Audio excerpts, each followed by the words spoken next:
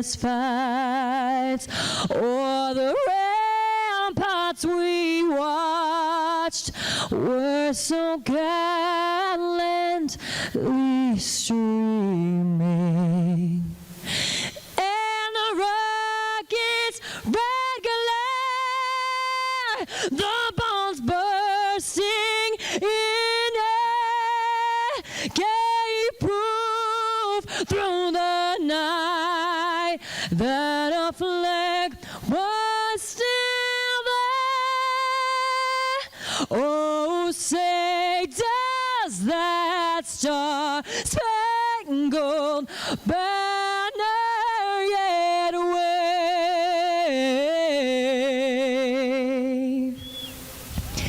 or the land of the free and the home of the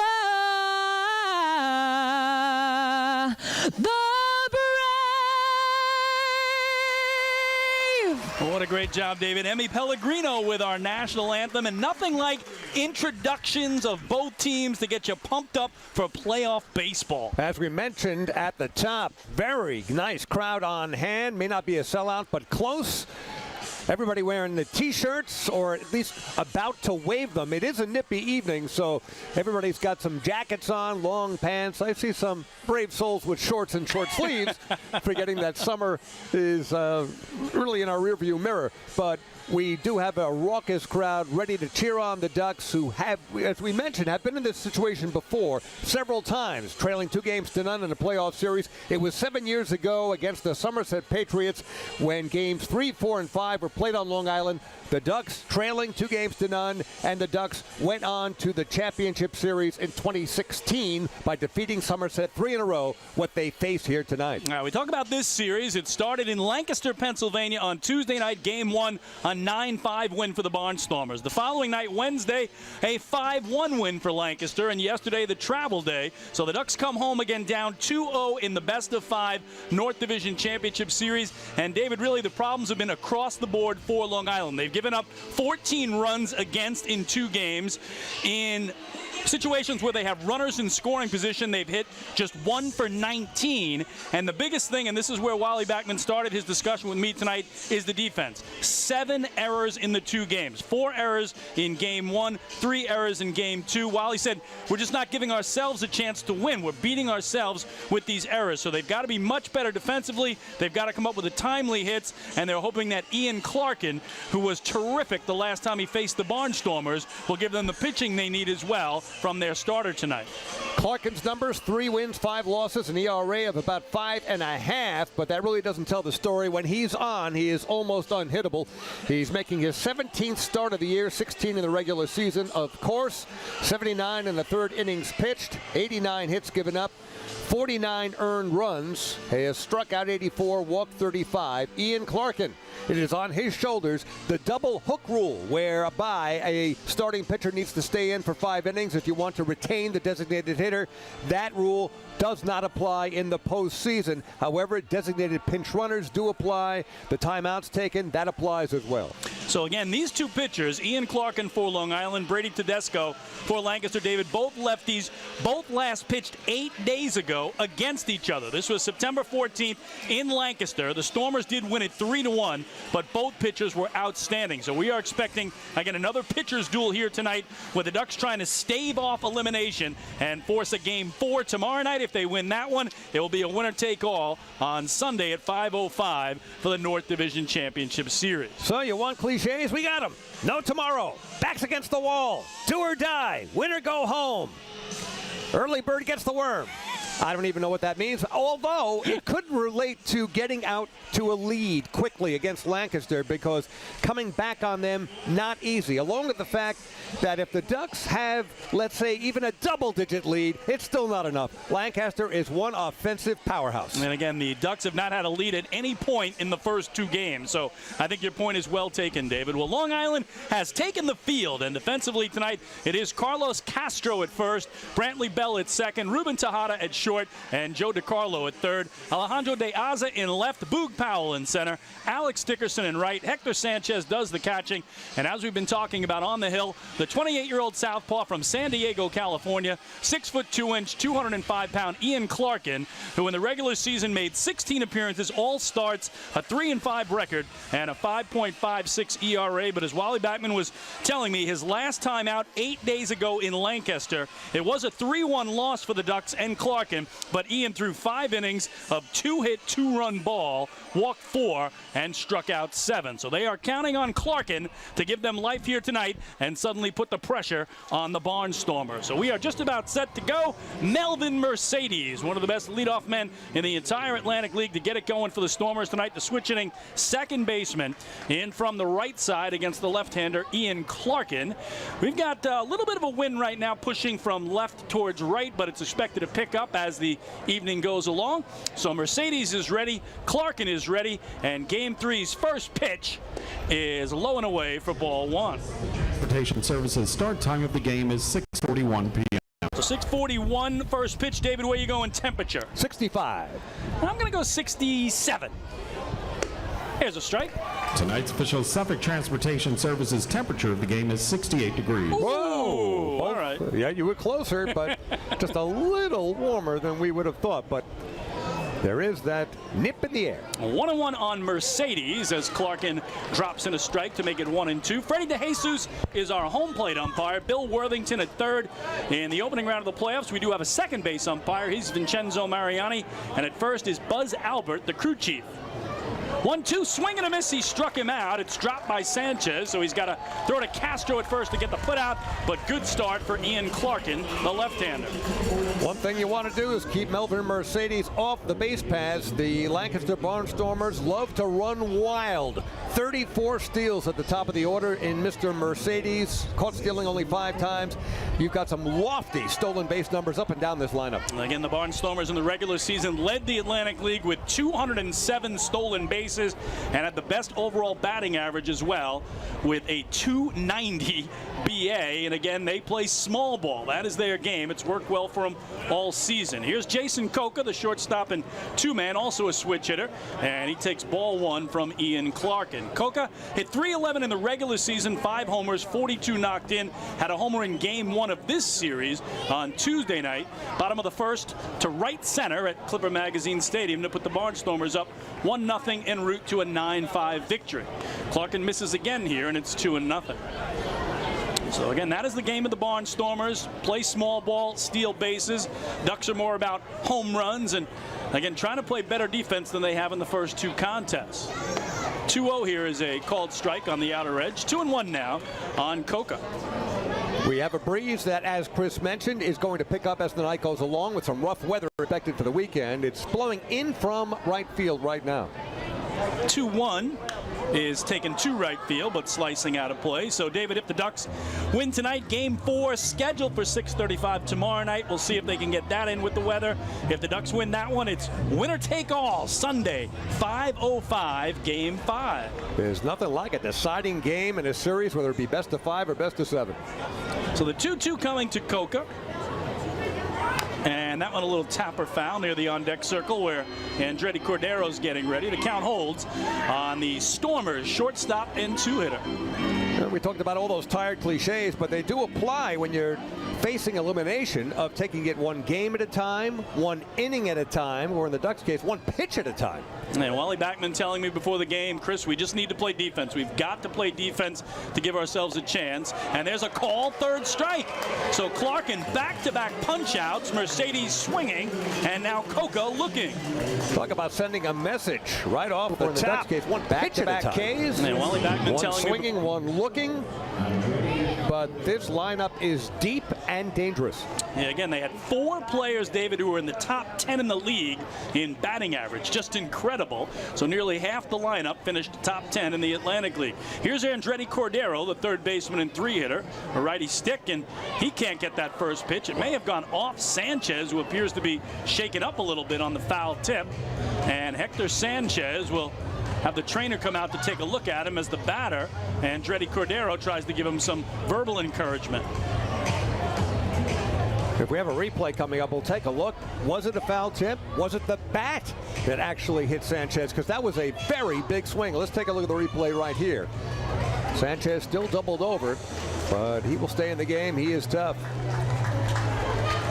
Yeah, it looks like he might have been hit in the head with the bat. Was it the backswing, David? Yeah, I think he came all the way around Cordero with a complete circle with that bat, and it may have actually hit Sanchez up top.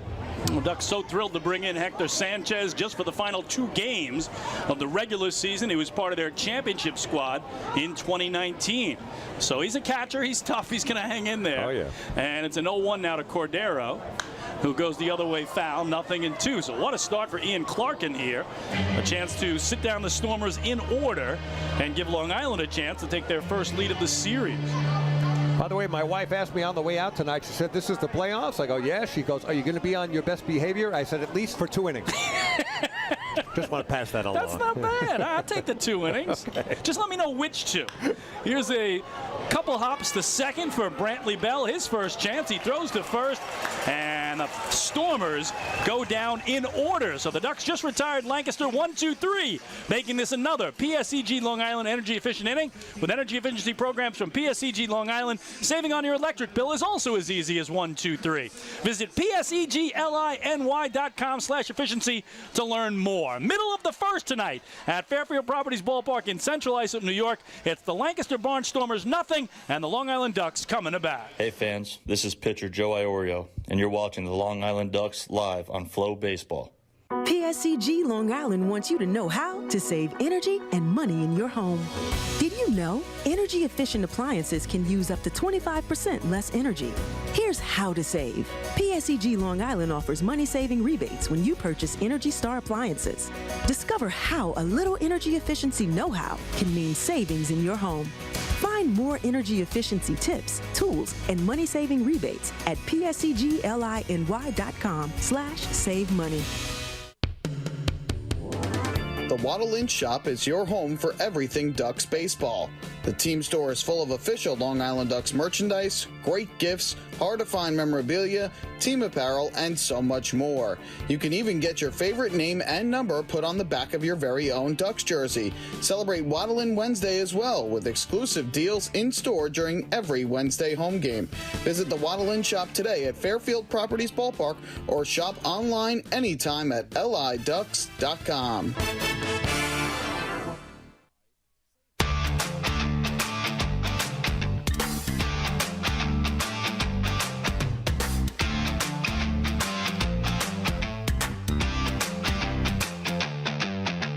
Well, hey, Duck fans, every walk by a Ducks batter tonight and all season long has been a First National Bank LI walk to first. What happens when you go to first? You get the business partner you need to succeed. First National Bank LI invites you to experience customer-first service for yourself. Visit FNBLI.com. Well, scoreless game goes to the last of the first. Long Island's leadoff hitter is the center fielder from the left side, Boog Powell. So Powell to face left-hander Brady Tedesco, the 26-year-old from Greeley, Colorado. 6 foot tall, 205 pounds on the season, 1-1 with a 2.25 ERA. Again, joined the Barnstormers very late in the regular season. In fact, his debut was September 8th, so just a couple weeks back. And again, his last outing 8 days ago, a terrific performance in a 3-1 win over Long Island at Clipper Magazine Stadium. So Tedesco to Powell to get the home first underway. And Boog takes the first pitch up high for ball 1. Powell in the regular season, a 285 hitter, 6 homers, 35 knocked in, just 1 for 9 in the playoffs thus far. The 1-0 is away, 2-0. Trailing only Brantley Bell in the stolen base department. They want to keep Powell off the base paths. 18 steals, thrown out stealing only 5 times. The table setter for the Ducks. They had a nice game in game 2, though. Bounced back with a double, a walk. And again, the Ducks fell 5-1 in game 2 after dropping game 1 9-5. So he's ahead 3-0, exactly what David's talking about. I would got to think David taking all the way here. Absolutely. So let's see if they can get Boog aboard and take a lead. What a concept. There's a strike as Boog a couple steps toward first. Not happy with home plate umpire Freddie DeJesus. He'll climb back in. It is a little early to show disdain for the home plate umpire, but I would rather he paced himself, but Boog is a competitor. So Tedesco, the 3-1, and that lifted foul out of play. Left side to run the count full. But defensively for the Stormers tonight, Wilson Garcia at first, Melvin Mercedes at second, Jason Coca at short, and Andretti Cordero at third. Chris Proctor in left, Ariel Sandoval in center, Joseph Carpenter in right, and the former Duck, Anthony Perrone, does the catching. And that is just outside. Wow. How about that? Anthony Perrone, the ex-Duck, was ready to throw it around the horn thinking it was strike 3, but instead it's ball 4. And our First National Bank LI walked to first. So how about that, David? On back-to-back pitches, you had Powell thinking he was going to first, had to climb back in, and then Perrone thinking he was going to fire it around the horn, had to hang on to it and watch Boog head down to first base. And truthfully, I thought Powell had a case, and I think Tedesco had a case. So I think on back-to-back pitches, each of them have a gripe. Well, David told you about Boog Powell. 18 steals in 23 tries in the regular season.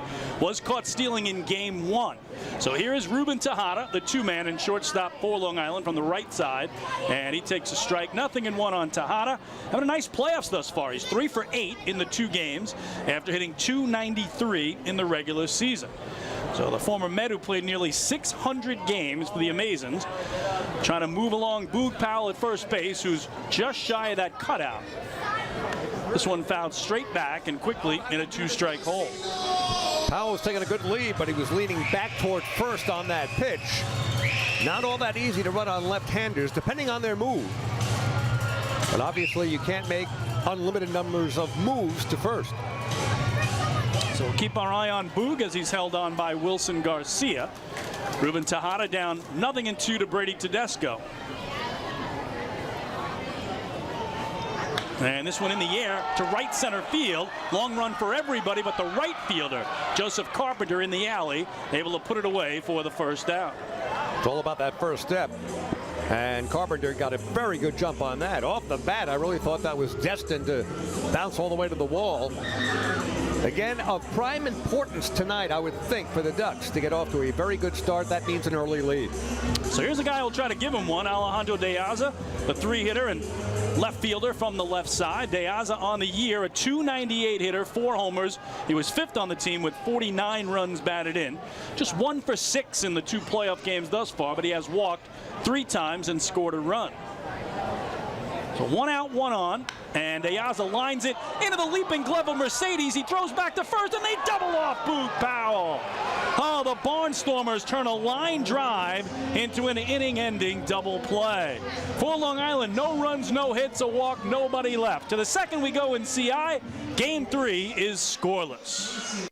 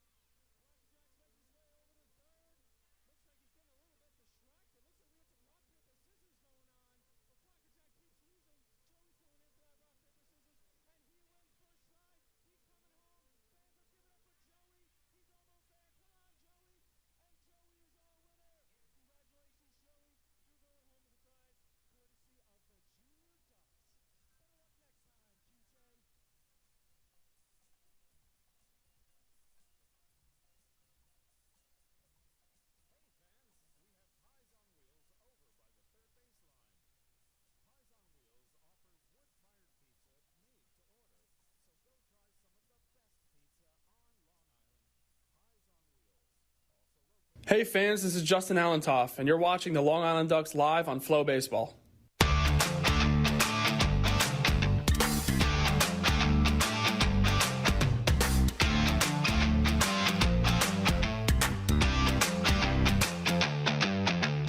The 2023 season of Ducks baseball has been presented by Catholic Health. Visit them online at chsli.org. Catholic Health, long live Long Island. Well, we headed the second in a scoreless game. Ian Clarkin retired the side in order in the first with a pair of strikeouts and a ground out. Now he'll face the cleanup man and first baseman, switch hitting Wilson Garcia for the Barnstormers. Garcia hit .324 in the regular season, tied for 6th in the league, 14 homers, 64 knocked in, and he's probably had the best playoffs thus far of any Barnstormer as he swings through that one. He is 4 for 9 in the 2 games, has a homer in game 2 and a 3-run double in game 1 that really was the biggest hit of the series, and he's driven in 5 runs in the 2 contests. So this is the guy they really want to keep off the base paths here, and a good start for Ian Clarkin. And now he misses a ball and a strike on Garcia. Ian Clarkin has faced the Barnstormers 4 times this year. Lancaster has won all 4 of those games, although he is 0-2 with 2 no decisions. And they have 3 players in the lineup tonight who have homered off Clarkin this year, including the guy at the plate here, Wilson Garcia. All those homers, though, in Lancaster. Breaking ball, he waited on it, and it's off the glove of third baseman Joe DiCarlo, and it rolls into left field. We'll see how they score it, David. It was a hot shot, but Joe got some leather on it. I thought he would put it away, and just maybe too much velocity on that one. It is scored the first hit of the game for either team. Yeah, it was DiCarlo diving to his left, to our right. He got the mid on it. Very nearly an early web gem. But now you've got Garcia aboard and the leadoff man aboard. Always trouble when you look at that Barnstormers lineup. Garcia did not have a stolen base in the regular season. That's very unusual for a team that stole 207 to lead the league. Is here an awkward swing, and they say he held up. Can't believe that. It certainly looked like Ariel Sandoval went around there, but they call it ball 1 instead on the Stormers center fielder and 5-hitter. And it looks like already here, Ross Peoples, you want to talk about getting into it early, David? He's going to his designated pinch runner, Sean Dunston Jr., right here in the 2nd inning of a scoreless game. And again, that rule remains in place in the playoffs. Means that Garcia, of course, does not come out of the game. He stays in, but he just wants some speed. So he goes from a guy who didn't steal any bases at all to one in Dunston who stole 25 in 30 tries. You're right. Ross Peoples wants to put a run up on the board quick. And he's already beyond the cutout is Dunston Jr. There's a changeup strike from Clarkin, and the count 1-1. So yes, Sean Dunston Jr., the son of the former big leaguer Sean Dunston. So big chance for Lancaster now with that speed at first. And boy, he is way beyond the cutout now on that initial lead. Long stare from Clarkin. And then stepping out was Sandoval, but time was not granted, so it's a strike and count of 1-2. Yeah, Sandoval looks away in disgust, as if he expected time to be called, but not forthcoming, and pitch right down Carlton Avenue for a strike. Dunston did run for Garcia in game 1 as well as a designated pinch runner. So Clarkin's got his work cut out for him here, and he's going to use that one disengagement from the rubber that he is allowed per at bat, and that rule remains in the postseason as well, David. So if he throws over again and he's unsuccessful, Dunston would get second base. So Sandoval down in the count 1-2. He was the 9th leading hitter in the Atlantic League in the regular season at .323. Long hold, Dunston goes, the breaking ball low, the throw down by Sanchez is not in time. So stolen base for Sean Dunston Jr. puts himself in scoring position. Pitch was called a ball on the count 2-2. Well, that's the quandary you face when you're only allowed one disengagement, or in this case, one throw over to first base, and you almost knew that Dunston was going to take off, but Clarkin just did not want to risk it by throwing over. So first man in scoring position for either team, and this one chopped the other way to the right side. Castro will lob to Clarkin, the pitcher covering, and the putout goes 3-1, but an effective out there for Sandoval as he gets Dunston Jr. to third with 1 away. And what were you saying, Chris, over and over before the game began? Lancaster likes to play small ball. This is the definition of that. So they have Dunston Jr. at third with just one gone. And here's their DH and six hitter, Trayvon Robinson, the switch hitter, batting right here against the lefty Clarkin. And in a scoreless game, top of the second, Wally Backman going to bring the infield in all the way around to try to cut off Dunston Jr. at the plate on a ground ball right at an infielder. There is ball one to Robinson. In the regular season, a .269 hitter. Didn't play in game one. Got into game two on Wednesday night and went 0 for 1. Did draw a pair of walks and score a run. So no score, top of the second. Barnstormers trying to take the early lead. And a high chopper to third is going to do that. And DiCarlo simply had it go off the heel of his glove and fall. David would have had no chance to get Sean Dunston from third anyway. But the Barnstormers take the 1-0 lead. And now the Ducks have just committed their 8th error already of this series. I'm not exactly sure if DiCarlo would have had to play at first. Trayvon Robinson does have speed. He has 8 steals on the season, 8 out of 12. Would have been a close play regardless at first. But, yep, either took his eye off the ball, tried to throw it before he had it, and an error on the board. Unbelievable. So the defense continues to haunt the Ducks. It is an E5 as now a hit batsman as Chris Proctor takes that one from Ian Clarkin, and he will take his base. Boy, things coming apart for Ian Clarkin and for the Ducks here in the top of inning number 2. Not the way the Ducks wanted to start this game, but it's extremely early. For Clarkin now with another problem. 2 aboard, just 1 out, 1 run already in. Well, David, I go back to that Trayvon Robinson, what we call a Baltimore chop. That thing was so high in the air, Sean Dunston actually touched home plate before it hit the glove of Joe DiCarlo. It was incredible. That bounced off the plate. Yep. What we call, I guess, a quag hop. We don't go with Baltimore here. We go with something more local, you know, maybe a Dix Hills trap, whatever you want to go with. But you're right. He touched home before it hit the glove of DiCarlo. Just incredible. Way up in the air. So Robinson does get the run batted in, although he reached on the E5. And here's Joseph Carpenter, the 8-hitter and right fielder. He goes after the first pitch, but slices it away foul out of play down the right field line. 0-1 on Carpenter. On the year, a .297 hitter.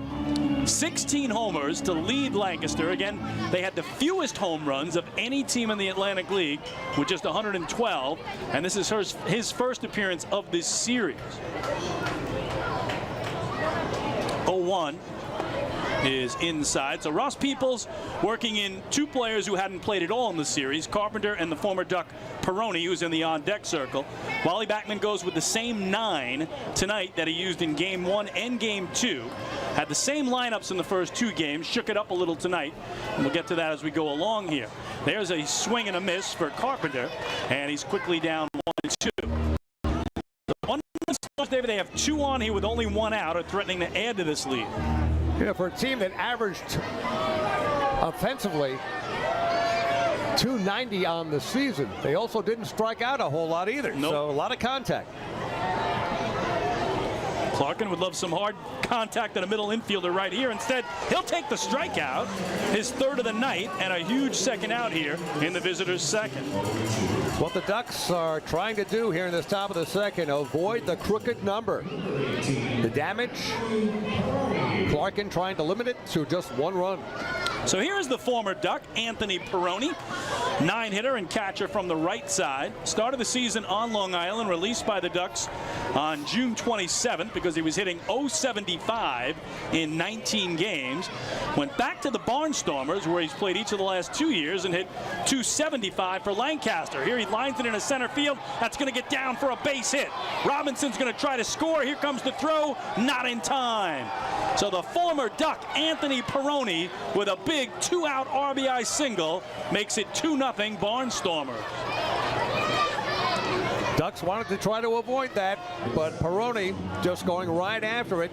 Not hitting it hard, but hitting it nicely in terms of its placement right up the middle. So 2-zip, and more work to be done here for Clarkin to end this inning. So Robinson scores from second. Proctor goes corner to corner. He's at third.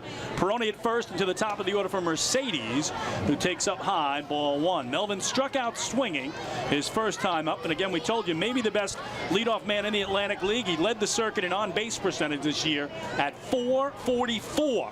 Incredible. He's ahead 1-0. And now 1-1 as Clarkin gets the outside edge. Mercedes batted .328 overall, 5th best in the league, and hit .418 against Long Island in the season series. Just a duck killer all year was Meldon Mercedes. 1-1, swung through, it's 1-2. So that early decision by Ross Peoples to insert Sean Dunston Jr. for Wilson Garcia after the leadoff single has paid off. Yep. Looking for speed on the bases, and that led to that first run directly. So third straight game, the Barnstormers have taken the lead in, and they've won the first 2, but the crowd getting behind Clarkin here, hoping for another punch out at 1-2. And he struck out Mercedes swinging to open the game. And this time a little nubber toward the on-deck circle where Jason Kocha's getting loose. We'll do it again. And these teams met 22 times in the regular season. Lancaster won 13 of those games. The Ducks won 9. And this is just the second ever playoff meeting between these squads. Ducks won a legendary Atlantic League Championship Series over these Barnstormers in 5 games back in 2012. 1-2 here is taken the other way, but foul down the right field line. I just got a text from PSEGLI. Strong winds and heavy rain expected this weekend. We are prepared to respond. Ooh. Well, thank you very much. We know, we understand. The wind can mean outages. To report an outage, it says reply out or use our free app. All right, no thank you. Ducks looking for an out right here, though, David. Yep. Count 1-2 on Mercedes, and he steps out. Yes, we have some rough weather, but you know, we're looking for windows where it may not be raining and the wind could die down. So we still have our fingers crossed for a game 4 tomorrow and a game 5 on Sunday. Ducks must win tonight to keep the season alive. Here a pop foul. Good battle here between Mercedes and Clarkin. So Ducks have been in this situation, David, 5 times in the past. 5 times in a best of 5. They've fallen behind 0-2. And as we talked about 7 years ago, we're in this very same spot against the Somerset Patriots. Lost the first 2 in Bridgewater, came home, won game 3, won game 4, won game 5. So they can do it, and they have done it in their history. Breaking ball here, chopped down the left field line, and this incredible at-bat continues. In terms of elimination games in franchise postseason history, the Ducks are 18-11, so they have had their backs up against the wall, and they have moved off the wall, including a 12-5 record in elimination games here at home, which bodes well. So 2-0 Barnstormers, top of the second. 2-on-2 out for Meldon Mercedes facing Ian Clarkin. Backdoor breaking ball. He goes the other way, but foul down the right field line. One of the things you mentioned, Chris, about Wally Backman, concerned about the defense, needing to shore it up, and the Ducks do have an error on the board here early on, is that anytime there's just even a little tapper in the infield, with the speed of the Barnstormers, I mean, everything is a problem. Yeah, this is the 9th pitch of the at-bat, David. This is how long this battle has gone on here. Mercedes not giving an inch, neither is Clarkin. The 1-2 again. Couldn't backdoor him there with some harder stuff, and that levels the count. And a game, or a run-saving grab by Hector Sanchez, who came out of his crouch to get that one way outside from Clarkin. Again, the only saving grace, as you talked about it, Dave, for the Ducks right now is Peroni, the guy at first, is a catcher, and he didn't attempt the stolen base this year. One of the few. Exactly, one of the very few. So now a 2-2. And another foul ball. We're going to go to the 11th pitch of the at-bat. Talking about working the pitch count for Ian Clarkin. What a battle. Ian Clarkin, former first-round pick of the New York Yankees, 33rd overall back in the 2013 draft right out of high school. Spent 4 years in the Yankee organization, but never got higher than high A. No major league experience. Did reach AAA with the Rockets. 2-2 is up and away, and we will have our 12th pitch of the at-bat coming with a count now full. Boy, that just missed. Backdoor breaking ball. Stayed in the backyard. So now Peroni will run, and first baseman Carlos Castro alerting his defense that that is the case on a 2-out payoff pitch from Clarkin to Mercedes. a dozen pitches. The 12th is on the way, but not yet. A step off and a throw to first. Peroni back, and bluffing a run off third was Chris Proctor. And stepping off first base, Carlos Castro faking a line drive type throw over to third to try to get Proctor, but he wasn't too far off the bag. Peroni trying to get that running lead. He goes, and the pitch is outside, ball 4. So it took a dozen pitches, but Mercedes wins the battle and loads the bases for Jason Coca. What a tug of war between Melvin Mercedes and Ian Clark, and first walk given up by Ian. And that warrants a machete call to the mound. Louis the Machete Rodriguez, pitching coach, Long Island Ducks. They'll talk it over. Well, David, it is early, but this is a huge moment in this game. It's 2-0 Lancaster. They lead the series 2-0, and they have the bases loaded with 2 away for Jason Coca, who has homered this year off Ian Clark and already. And I'm sure he's thinking back to that at-bat, which did happen in Lancaster, and I'm sure Louis Rodriguez may be reminding Ian Clark, and hey, whatever that pitch was that you threw to him then, make sure you don't throw it here. Wasn't too long ago that Clarkin retired the Barnstormers 1-2-3, striking out 2 of the 3 batters he faced in the top of the first, but it has been an eventful inning, not in a good way for the Ducks and Clarkin here in the second. Well, again, he did strike out Coca looking back in the opening inning. Coca 3 for 6 in the series, including a homer in game 1. Native of the Dominican Republic is Jason Coca, who stands back in a big spot now with the bases loaded.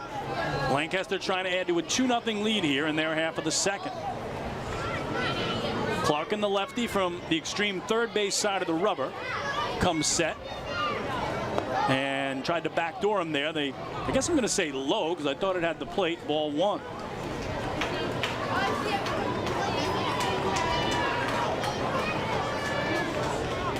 Coca windmills the bat as Clarkin stares home to Sanchez, gets his sign. Ian set above the belt, and that time he got the strike in there backdoor, 1-1. No place to put him, but there's a force in any base. Ducks just trying to get out of this half inning. Coca 5 homers in the regular season, 2 of those against Long Island pitching, and again 1 in particular against the guy he's facing right here. The 1-1 is a foul tip. Did that get Sanchez again? 2 innings, twice he's been nailed. We thought once by a bat, and now maybe that one the ball, David? Yeah, the tools of ignorance known as catcher's equipment. I remember in Mets fantasy camp, I was asked to catch. I said, no way. That was back in 1990. That was not your fantasy to catch for the Mets? It was not. That was before I had any kids, and if I caught, there would have been any Rachel or Kimmy. Believe me. We digress. Use your imagination, Chris. I will choose not to. It'll be a 1-2 from Clarkin to Coca. And that down in the dirt, another good block by Hector. The count evens up. Boy, is Hector earning his pay thus far behind the plate, but he has saved at least 2 runs thus far. So 2 on, bases loaded, 2 out. 2 balls, 2 strikes, and a 2-run lead right now for Lancaster. But Jason Coca, the 8th man to hit here in inning number 2. Chops one to third. DeCarlo will grab it. It's a foul ball, so everybody will reset to their respective bases. Coca 37 for 38 in steals. Again, with Mercedes and Coca, that 1-2 punch, and you could throw in Cordero there too, who has a 5-tool player. I mean, anything hit slowly in the infield is a potential infield hit. Yeah, it's a great point, David. You have to really hurry to get to every single ground ball if it's not scorched right at you to get these guys. And it's that rush to make a play that leads to the errors from the opposition. So a 2-2 again coming. Clarkin to Coca. Swing and a miss. He struck him out. Ian Ian Clarkin has his 4th punch out of the night, and that finally retires the side. But not before Lancaster sends 8 men to the plate. They score 2 runs on 2 hits. There was a walk, a hit batsman, an error, and they leave the bases loaded. Middle of the second tonight in Central Islip in Game 3. It's the Barnstormers 2 and the Ducks nothing. Hey fans, this is pitcher Joe Iorio, and you're watching the Long Island Ducks live on FloBaseball. This is it. Check it out. See what everyone's talking about. Let Nicolak paver. Let Nicolak pavers. Pave your way. Bring your outdoor living dreams to life. Visit Nicolak's Outdoor Design Center at 200 Henry Street in Lindenhurst and see thousands of square feet of pavers, retaining walls, fire pits, and outdoor living accents on display. Only Nicolak paving stones are made with Paver Shield technology for more vibrant color options than anyone else. Visit Nicolak.com to request a free sample or their Outdoor Design Center at 200 Henry Street in Lindenhurst. Nicolak. Ask for it by name. You'll see the difference. Visit Nicolak.com. That's Nicolak.com. Let Nicolak paver. Let Nicolak pavers. Pave your way. Pave your way.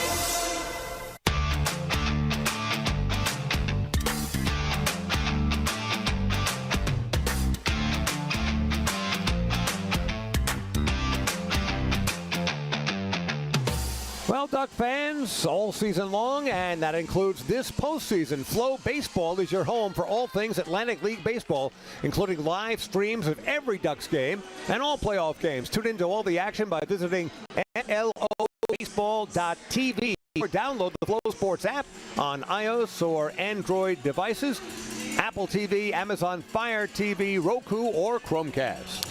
Ducks trailing 2-0 as we go to the home second, and Brady Tedesco had a long wait in the dugout as the Barnstormers send 8 men to the plate in the top of the frame. Takes the hill with a lead for the first time to face the Ducks cleanup man and designated hitter from the right side. Here's Sam Travis. Tedesco's first offering is swung through by Sam for strike 1. Travis in the regular season, .303 batting average, 19 homers, led the Ducks with 92 runs batted in. That was tied most in the Atlantic League. He's 1 for 7 in the series here in the postseason. And that one just misses away, a ball and a strike. And again, David, I did get the pitch count from Michael Pollock on Ian Clarkin. He threw 13 pitches in the first inning, 34 pitches in the second inning. You want to talk about a night and day difference. My goodness. Travis fouls it away down the right field line, 1-2. Up, Mike Moore gave us that stat, not Michael Pollock. Michael Moore wants the credit, not Michael Pollock. So get your Michaels straight. Michael Moore, not Michael Pollock, giving us that great breakdown on the pitch count for Ian Clarkin through 2 innings. Again, he's up to 47 pitches, but stark difference between inning 1 and inning 2 as that one misses to Travis. Also known as Michael, we don't want less, we want more. Very nice, David. I like that. I like that. The much maligned Michael Moore. Why is he much maligned? Oh, we don't need to go into it, but he's never answered a trivia question without cheating. Oh, wow! That sounds like an allegation. That's according to Michael Pollock. Oh, okay. I trust him like a brother. And by the way, my brother is also a cheater. I'm just kidding. I don't know what I'm saying. It's been a long season. The count is full on Sam Travis. Brady Tedesco's pitch is fouled straight back, and we'll do it again. So 34 pitches to get out of the second inning, including an epic 12-pitch battle with Melvin Mercedes. That Mercedes won by working out a walk. Well, I'll tell you, overall, though, when you look at the second inning en masse, yeah, I think the Ducks are lucky to have gotten out of it with just 2 runs. You're right. Could have been worse. This one to right field and deep. Carpenter going over toward the line. He won't get there. It's a fair ball. Travis digging for second. Here comes the throw. Head first slide. He's in there. Sam Travis has the first hit of the night for Long Island. It's a 2-bagger. Slicing away from right fielder Joseph Carpenter. It was more of a bloop than anything else, but he got plenty on that bloop. And it landed to Carpenter's left. And Travis digging hard. Not the speediest of Long Island Ducks, but he's hustling all the time. And the head first dive wasn't even necessary, but he is in scoring position right away. And the Ducks do not want this to be a shutdown inning for Tedesco. They want to put something on the board. Well, here's the guy that the fans voted MVP this year, Alex Dickerson for Long Island. First pitch to him is low and away for ball one. Dickerson hit .314 to lead the flock. That was 10th best in the Atlantic League. Also chipped in with a team-leading 26 homers and second on the squad with 91 runs batted in. Finished one behind Sam Travis there, or would have led the flock in all three Triple Crown categories. And David, the Atlantic League did a nice job in telling us that Alex Dickerson was the only player all year who finished top 10 in the league in batting average, home runs, and RBIs. Pretty impressive, right? Absolutely, and I think player of the year, he's got to be in the discussion. Just the fact that he's the only one to do that, right? Yep. Here he takes the 2-0 in the air the other way. The shortstop, Coca, giving way to the left fielder, Proctor, who makes the catch near the line for the first out. Looked like Coca was calling off Proctor, but then Proctor said, hey, wait a minute, I'm coming in, you're going out and at an angle, and instead Chris Proctor made the catch. Yeah, Proctor had the easier play coming on in, but they looked at each other at some point, and for a moment looked like it might drop in. So now there's one big out on the board, and the Ducks still trying to take advantage of this leadoff double from Sam. And with that out now, David, the Ducks 1 for 20 in the series with runners in scoring position. This has been a major problem the whole series. They were 1 for 12. No, check it, they are 2 for 19. So 2 for 20 now as Carlos Castro swings and misses. They were 1 for 12 in game 1, 1 for 7 in game 2. So 2 for 19 coming into this game, and with that fly out by Dickerson, 2 for 20 with runners in scoring position. Looks like Castro needs a little work on the handle of his bat, so he takes the walk. And Carlos hit .354 for Long Island this year, and he's been their best player in the playoffs. He is 4 for 7. Only Duck with a multi-hit game in game 1, and one of 2 Ducks with a multi-hit game in game 2. So this is the guy they want at the plate right now. Guy who also ended the season on a 16-game hitting streak. So David, you add in the 2 playoff games, he's got hits in 18 straight games. Can he make it 19 here and get Long Island on the board? Ooh, tied up inside on a nasty pitch by Tedesco. It's 0-2. 2 consecutive pitches, and Castro is trying to tie it on those 2 pitches. Now we assume he's going to shorten up that swing, try to make contact, try to get that run home. 10 homers on the year, 3 against Barnstormers pitching. Check of second. Travis there. And then a foul straight back. It remains no balls and 2 strikes on the Ducks' first baseman. I know it's a cliche, but it is true here. Carlos does not get cheated on his cuts. He's really swinging, and more often than not, makes good contact. Again, he's had doubles in each of the first 2 games of this series. A pair of singles and a pair of doubles for his 4 hits. Ducks trying to get on the board here, trailing 2-0 in the second. Another foul ball. This one harder and back toward home. Yeah, that went upstairs. A screamer. We've mentioned it before. You come to the Duck Pond, Fairfield Properties Ballpark, bring your mitt. Everybody is in play. Even right behind home plate on the ricochet. That's right. Be sitting in that first row up against the net, think you'll never get a ball, and it'll come off the facade of the upper deck right to you. It happens all the time. 0-2 here. He just got a piece of it to keep himself alive. So Brady Tedesco, the youngster, 26-year-old out of Colorado, just his 2nd year of pro ball. Last year, played for the Evansville Otters in the Frontier League. This year, just some MLB Draft League baseball in West Virginia with the Black Bears, and signed late in the season by Lancaster. He made only 2 regular season appearances, and they go to him here in game 3 of the playoffs. 0-2. Swing and a miss, he struck him out. Peroni has to throw to first to get the put out, and there it is for the 2nd out of the inning. First strikeout for the left-hander. Yeah, but first base vacated. That made it necessary for Peroni to make that throw down to first. But now the Ducks in danger of wasting this leadoff double. So again, Travis led off with a two-bagger down the right field line. Dickerson flew out down the left field line. Castro down on strikes. And now the 7-hitter and third baseman from the right side, it's Joe DiCarlo. 274 hitter in the regular season, 15 homers, knocked in 71. 2 for 7 in the playoffs, scored the Ducks' only run in Game 2, a 5-1 loss Wednesday night in Pennsylvania Dutch country.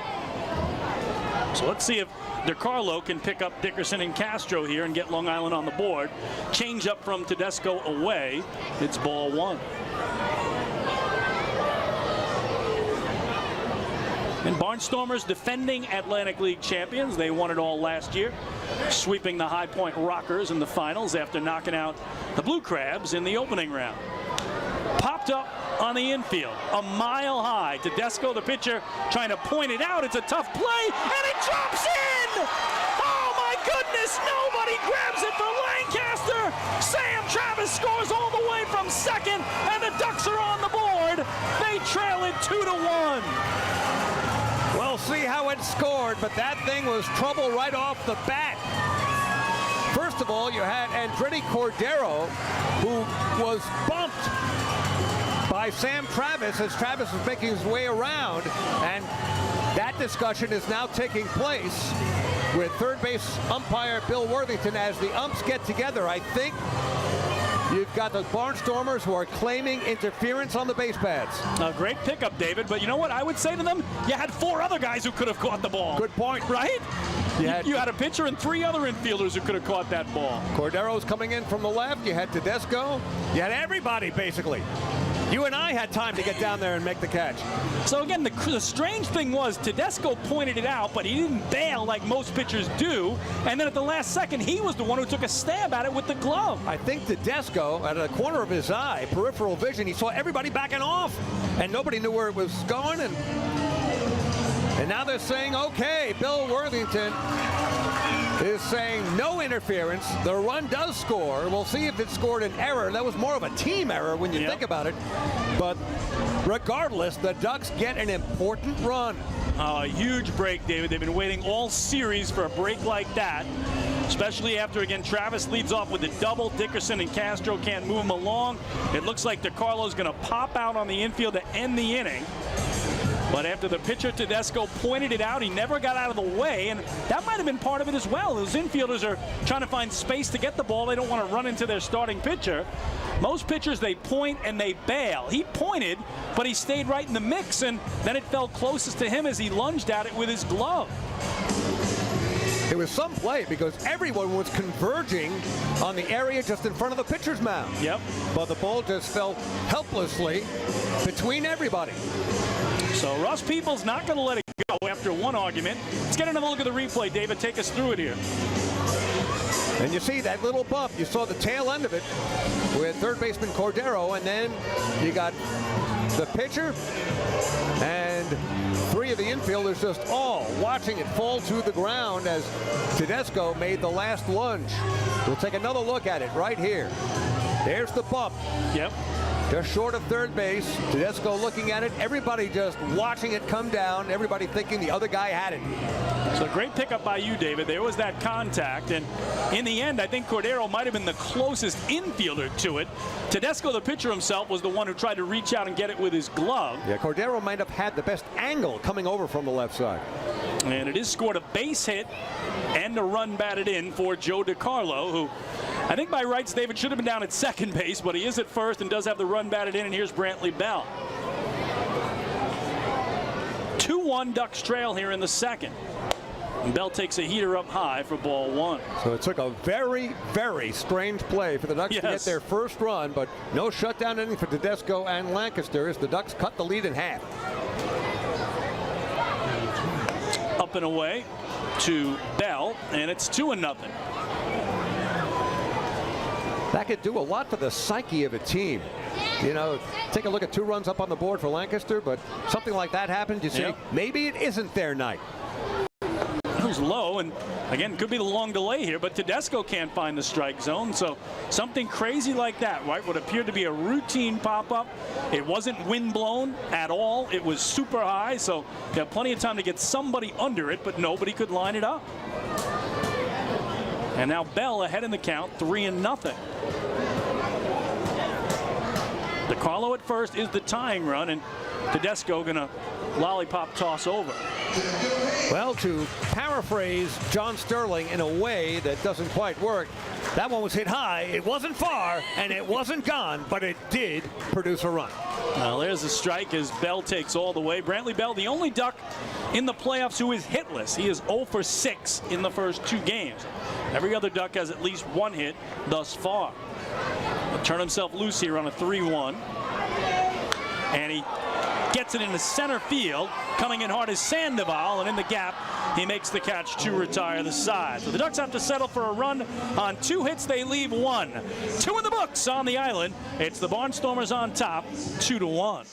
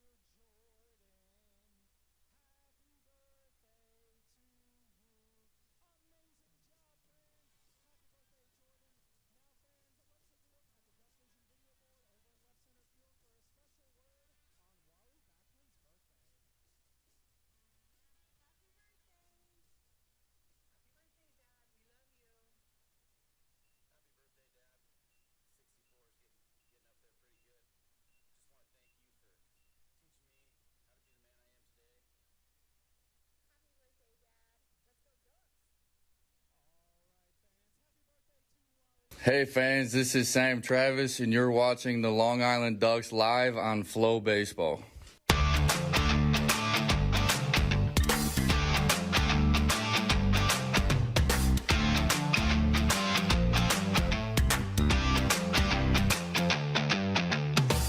Back at Fairfield Properties Ballpark, David Weiss and Chris King, the Daver and the Kinger.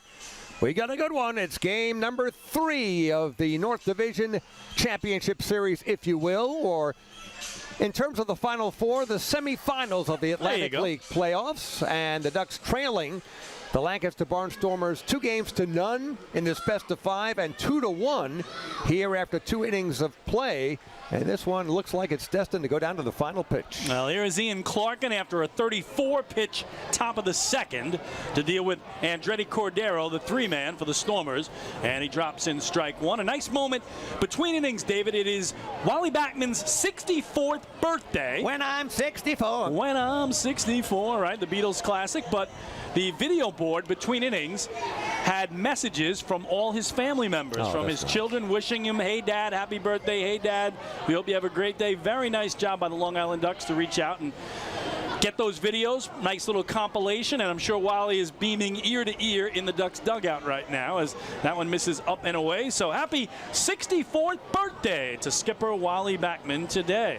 You know what he wants more than anything else? A dub. He does. A W, that's all. Not only that, but he looks like he could go back out there. Yes. Bat second in the lineup behind Dykstra. Play some second base, right? No doubt about it. The 2-1 here is foul back, 2-2. So Wally Backman 64, hoping he gets to manage tomorrow night and then Sunday night and then in the Atlantic League Championship Series, which if the Ducks advance, the 2 home games would be Tuesday and Wednesday of this coming week. And then you will face the winner of the South Division Championship Series that's tied at a game apiece between Gastonia and High Point. Here, lined in the left center field by Cordero. He is going to turn for second and go, and the throw is way off line, and he's in there with a 2-bagger. So a leadoff double, just what the Ducks had in the last half inning with the leadoff double from Sam Travis down the right field line. This one hit on a line to left center field. And the Barnstormers trying to prevent the Ducks from getting an important shutdown inning after the Ducks scored 1 in the bottom of the second. The Ducks had a double to lead off the inning, got that man home with 2 outs on that crazy pop-up that dropped on the infield. Now the Barnstormers trying to get it right back, as here's Wilson Garcia, their cleanup hitter and first baseman. Clarkin's pitch swung through here for strike 1. Off-speed stuff from Clarkin has been effective here tonight. He's gotten strikeouts more often than not on some of those backdoor breaking balls. Off-speed sliders. 4 strikeouts so far for Clarkin. Could use one here. Tough guy to do it to, though. One of the best players in the league this year as well, Wilson Garcia, as he slaps it foul out of play down the right field line. Garcia this year hit .380 against the Ducks, and again 4 for 9 in the series, coming in with a homer and what I consider the biggest hit of the series. In Game 1 on Tuesday night, Barnstormers were up 5-4 in the bottom of the 6th. He cleared the bases, a 3-run double. It went from 5-4 to 8-4, and they never looked back. 0-2 here is bounced up the middle. That's going to be a tough play. The shortstop Tejada grabs, throws to first. Good stretch there by Castro, somehow keeping his foot on the bag to get out number 1 as Cordero goes to third. Yeah, great play on both sides. Tejada stretching out behind the second base bag, as you'll see on the replay, and threw it, kind of a humpback throw over, but what a great stretch. Falling down in the process, Carlos Castro. And that's a big first out. So Cordero at third, 1 down for Ariel Sandoval. And here comes the infield in again. Yep, got to play baseball. These guys got to play tight defense where every run is huge. As we start the top of the third with Lancaster leading Game 3 2-1. Again, Barnstormers lead the series 2-0. So all the way around comes the infield. And here's Sandoval, who grounded out to first his first time up, taking low and in from Ian Clarkin, ball 1. Barnstormers are red hot coming into this game. They've won 8 straight games, the final 6 of the regular season, and now the first 2 of the postseason. Ducks just the opposite. They've lost 7 of their last 8. Shot to second from his knees. Bell's coming home with a throw wide. Down to first. Dropped by Castro, and everybody's safe. And the Barnstormers have a 3-1 lead. We'll check the scoring on this, but overall, Brantley Bell caught the smash off the bat of Sandoval, came home, but the throw was wide. And then catcher Sanchez trying to go back to first base to try to nail Sandoval there, and it went off the mid of Castro. Man, alert play by Sanchez, quickly realizing, hey, that throw is up the first base line. I might as well catch it and go there. And now I do believe the hitter Sandoval is shaken up a little bit. I'm not sure if there was a collision of some sort at first base, but he's trying to shake it off. I think they might just score that, David, as a fielder's choice, as it hasn't gone up as a hit, or now they do charge the error, so I believe that's going to be Brantley Bell, the throwing error. And David, you can't make this up. 9 errors for Long Island now in a little over 2. So I'd assume no RBI on that play for Sandoval, but the run does score, the most important part of that equation, and now 3-1 Barnstormers. So that run the Ducks got in the bottom of the 2nd. Lancaster has it right back in the top of the 3rd as Trayvon Robinson takes strike 1.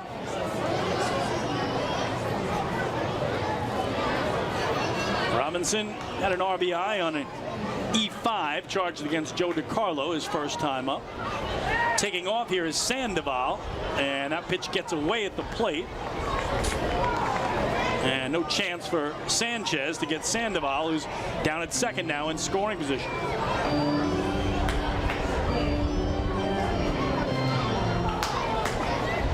Disheartening for the Ducks, who got a run in a bizarre way in the bottom of the 2nd inning, but one already in, and Lancaster looking for more here in the top of the 3rd. 1-1, low and in. 2 balls and a strike now to Robinson. And tough lineup for Ian Clarkin, as the guy on deck, Chris Proctor, is the only lefty he'll see because they have 4 switch hitters who will all bat right-handed and 4 righties. So only 1 lefty in this entire lineup for Clarkin.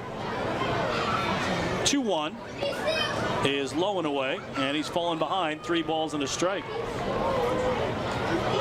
This is the other amazing thing, David. In this Barnstormers lineup tonight, 1 through 9, 7 of these 9 players won the championship with them a year ago. That's incredible. Yeah, when you return that many.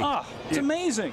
You knew they would be in it all the way this year. They actually have 11 total players back, but of their 1 through 9 lineup tonight, 7 of them won the title with them last year. That's up and away, ball 4. So second walk tonight for the left-hander. And the Barnstormers, 2 men aboard now for Chris Proctor. Very little doubt that out of our view, the Ducks must have some action going in the bullpen. With the fact they're facing elimination here today and now trailing 3-1. And really, the one thing they don't want to do is fall behind by a greater deficit than what we have right here. So here's Proctor. He was hit by a pitch his first time through. Again, the only lefty-lefty tonight for the southpaw, Clarkin. And that one off the glove of Sanchez. Good job by Hector. Dashing to his left, and both runners stay put. Come sit up here with me. Proctor 1 for 5 in the series coming into tonight. Also hit by a pitch in game 1 on Tuesday night. He's gotten aboard the hard way a couple times. 3-1 Barnstormers in the third. Lancaster win, and they go to the Atlantic League Championship Series for the 2nd straight year and for the 5th time in franchise history. There's a swinging strike, and they count 1-1. And that's their goal, David. They want to end this thing, not give the Ducks any momentum, not deal with potential weather issues tomorrow. They want to be on the bus tonight back to Lancaster as North Division champs. No doubt. So 1-1 coming to Proctor. And again, way outside. Good stab by Sanchez as Clarkin misses away. Well, as sharp as Ian Clarkin looked in inning number 1, he has struggled the last 2 innings in the second and here in the third. To see just how long a leash he has from skipper Wally Beckman. Well, he mentioned his last outing against the Barnstormers, a terrific one in Lancaster. But his worst start of the year came here against the Barnstormers. That one does get away from Sanchez, and both runners advance a base. So Sandoval to third, Robinson to second. Now no longer a chance at the double play with the force erased, and 2 more in scoring position for the Stormers. Only time Ian Clarkin faced the Barnstormers here was on September 3rd. He allowed a season-high 11 hits, a season-high 8 runs, a season-high 7 of those earned. Well, they really took it to him on this field. Well, he pitched much better in Pennsylvania. This one smacked up the middle, knocked down at second by Bell to first. Good one-hop scoop by Castro, but scoring from third is Sandoval. And it's now 4-1 Barnstormers, the 3-run lead, their largest of the night. However, what a play by Brantley Bell on the backhand and just throwing it as hard as he could with a short hop. And a very nice scoop by Carlos Castro. But as you mentioned, Chris, the run scores on the ground out, RBI for Proctor. So 4-1 Stormers, 2 outs, and here's Carpenter, who struck out swinging his first time up. He takes ball 1.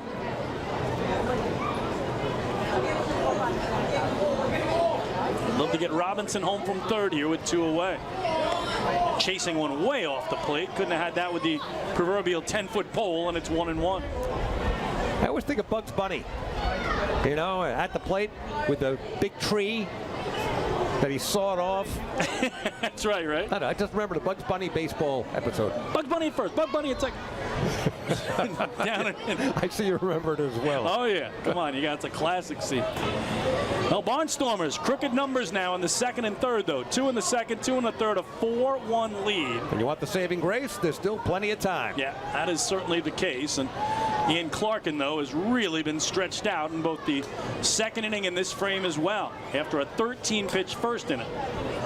That one to the left side for DiCarlo. Joe sidearms across, and the side retired. But not before the Barnstormers had 2 more runs on just 1 base hit. There was a walk, an error, and 1 man left. Middle of the third here in Central Islip. It's now the Barnstormers 4 and the Ducks 1. Hey fans, this is Ian Clarkin. You're watching the Long Island Ducks live on FloBaseball.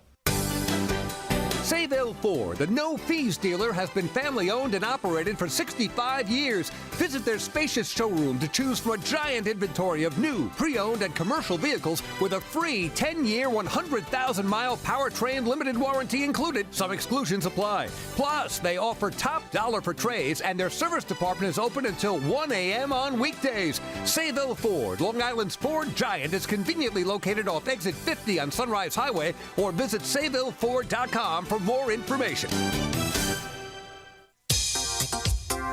Hey kids, are you ready to be part of the coolest club in town?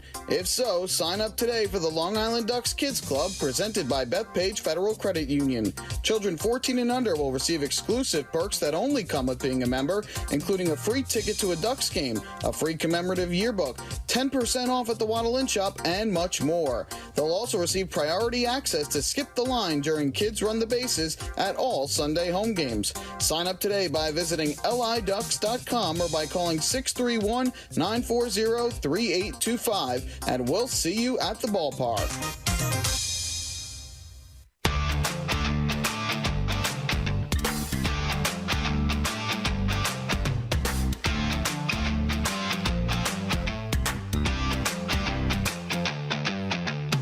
Well, Barnstormers now with a 4-1 lead as we go to the last of the fourth. And their left-hander Brady Tedesco to see the only player who's yet to bat in the game, the 9-hitter for Long Island, Hector Sanchez. Then back to the top for Boog Tao and Ruben Tejada. So it starts with Sanchez. Hector again joining the Ducks very late in the season. In fact, this past weekend, Saturday and Sunday, played twice against High Point, went 1 for 7 in his first 2 games back. And now in his 3rd straight playoff game, Sanchez takes a strike. Hector 1 for 8 in the series coming in. Again, he won the 2019 title with Long Island. Won a division crown in 2021 with the Flock, and they are thrilled to welcome him back once more. But here, Tedesco drops in a pair of strikes, and he's quickly in front of the 9-man and catcher. Only switch hitter in the Ducks lineup is Hector Sanchez. Crushes it back toward the pole and left. If it's fair, it's gone, but that ball is foul. So the Ducks still looking for their first homer of the playoffs. Lancaster has a pair. They had a homer in game 1 from Coca and a homer in game 2 from Garcia.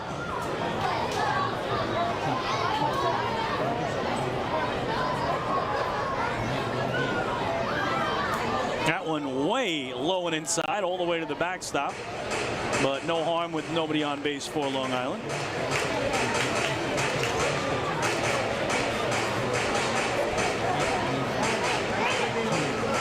Hector Sanchez in that championship season for the Ducks hit .273 with 9 homers, and then in 2021 had 18 home runs. So he's got home run power. Takes up and away here, and the count level at 2-2.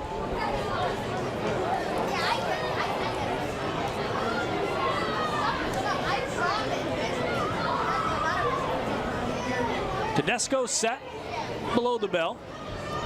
Sanchez a chopper to short for Coca. Big charity hop for Jason, who throws him out for the first out. Well, David, you know it's a good thing when there's only one game on the out-of-town scoreboard. That generally means you have made the playoffs in the Atlantic League, right? Either that or there's very bad weather all over the place. Yes, that's true too, right? But in this case, it's just our game, and then you've got High Point, Gastonia. What a rivalry that has become. Well, the Battle of North Carolina for the 2nd straight year. To the top of the order for Boog Powell. Spins away from a tight pitch from Tedesco. That is ball 1. So they're playing game 3 tonight of that series in High Point, North Carolina. For the Rockers, the former Duck, Mickey Janis on the hill. The knuckleballer went 14-5 in the regular season. That one also misses in for Gastonia. It's right-hander Brett Daniels. He was 7-1. Again, that series even at a game apiece. And right now they got a barn burner going on in High Point. 3rd inning, it's 5-4 Gastonia. Oh, a lot of offense there.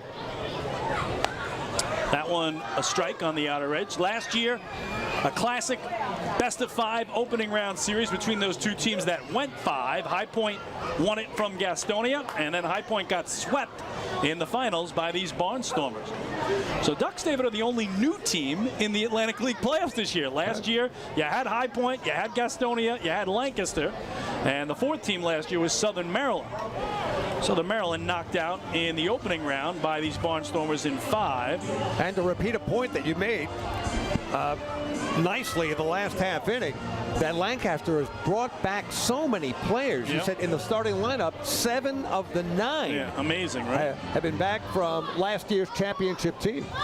Well, here home plate umpire Freddie DeJesus will meet with Brady Tedesco here out at the Hill. Ross Peoples, the manager, again was saying something to the umpiring crew. And DeJesus apparently is satisfied, as Boog Powell opened the game with a walk. Is at 2 balls and a strike. Boy, the umpires have had a lot of discussions here tonight. I hope they're being paid by the word. Well, we got 4 of them now that it's the playoffs, right? There's a swing and a miss. And if the Ducks make the finals, you add 2 more. You got a left field umpire and a right field umpire down the lines, right? That's what you get in postseason play. Count now full on Powell. And Boog has drawn a second straight base on balls. So it's another First National Bank LI walk to first. Only 2 walks tonight for the lefty. They've both been in the Ducks' leadoff man. So Boog with plenty of speed. Will Hackman give him the green light or put him in motion? Now trailing by 3 runs instead of just 1. So we will see, as Boog got doubled off on a line drive back in the opening inning, hit by Deaza right at the second baseman Mercedes to end the frame. So 1-on-1 out. Here's Ruben Tejada. Flew out the other way to right in the first inning. And he takes an inside strike, 0-1.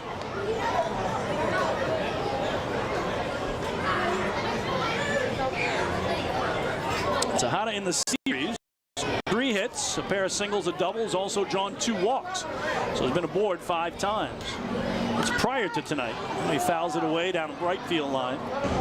Quickly behind 0-2.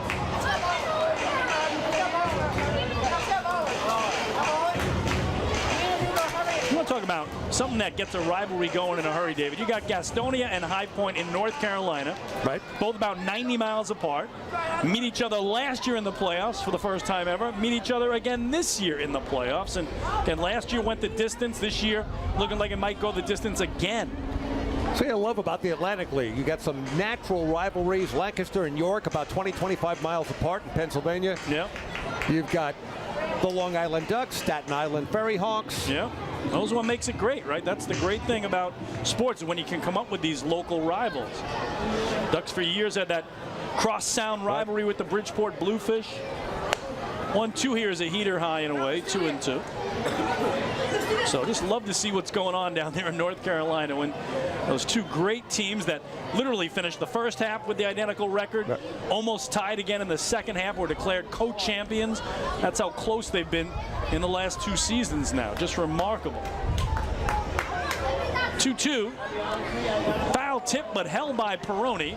And that's going to be the second out of the evening on just the second strikeout tonight for Tedesco. Good cut by Tejada, but swinging through it. That probably was letter high, maybe even shoulder high by the time it landed in the mitt of catcher Peroni.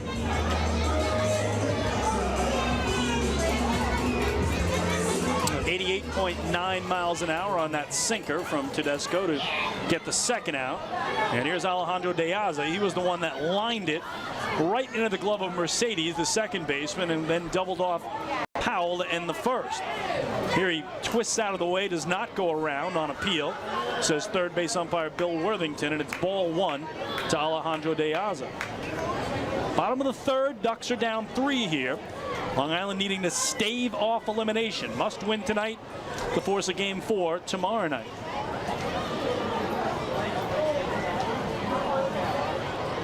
Taking all the way, as taking off is Powell. The throw down is not in time as Boog. I thought he might have done that swim move there, David, to just keep his hand on the bag and take second base. Almost overslid there. Had to reach back, but stayed on the base. And second base umpire Vincenzo Mariani actually did about a 180 to go around the bag to make sure that the tag didn't occur while Boog was off the bag. So Powell in scoring position now for De Aza. Well, the Ducks down by 3 here. 2 outs and a 1-1 pitch coming in this lefty-lefty. Time called at home by catcher Anthony Perrone, as everybody's going to reset. Sam Travis waiting on deck. Doubled his first time up.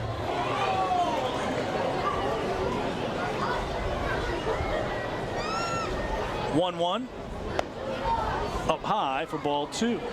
If you go back a couple of pitches, Alejandro De Aza twisting his way to try to prevent going too far on a check swing.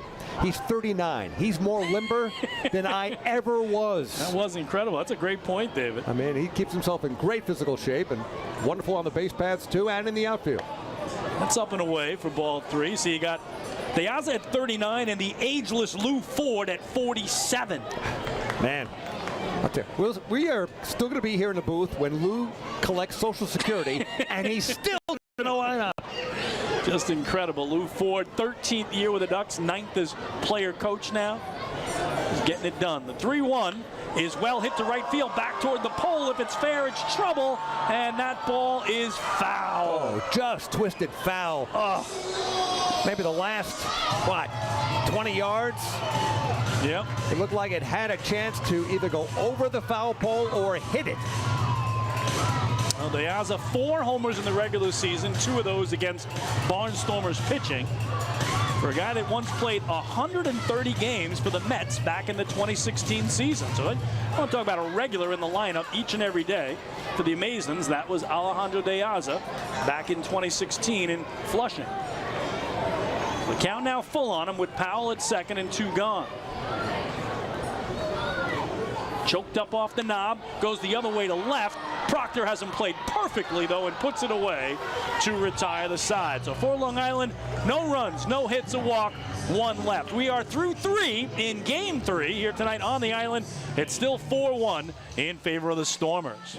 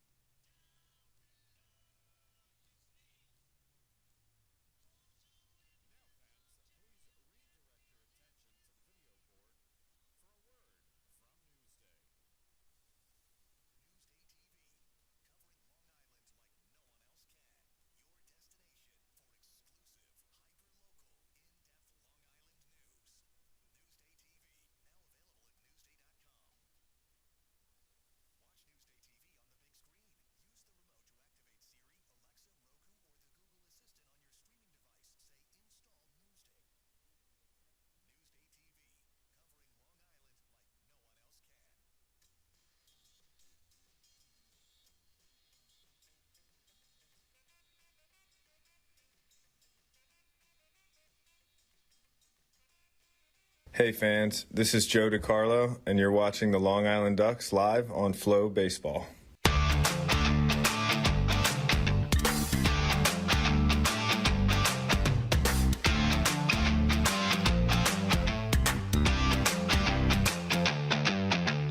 Well, the Ducks Health Report is brought to you by Island Shore Physical Therapy, the official therapist of the Long Island Ducks. And the good news, the Ducks are 100% healthy to start the Atlantic League playoffs. And here in the booth, I turn it over to my partner, David Weiss, to begin inning number 4 with the Ducks trailing 4-1. It's all yours, David. Thank you so much, Kinger. Although I would never use the word healthy and then my name in the same paragraph. Didn't mean to jinx you there. Thank you.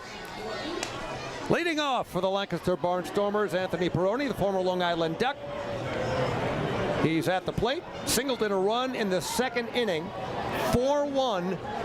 Barnstormers lead the Ducks top of inning number 4. And there's a ground ball taken on a couple of hops. Tejada at short, the long throw across to get Perrone 1 down.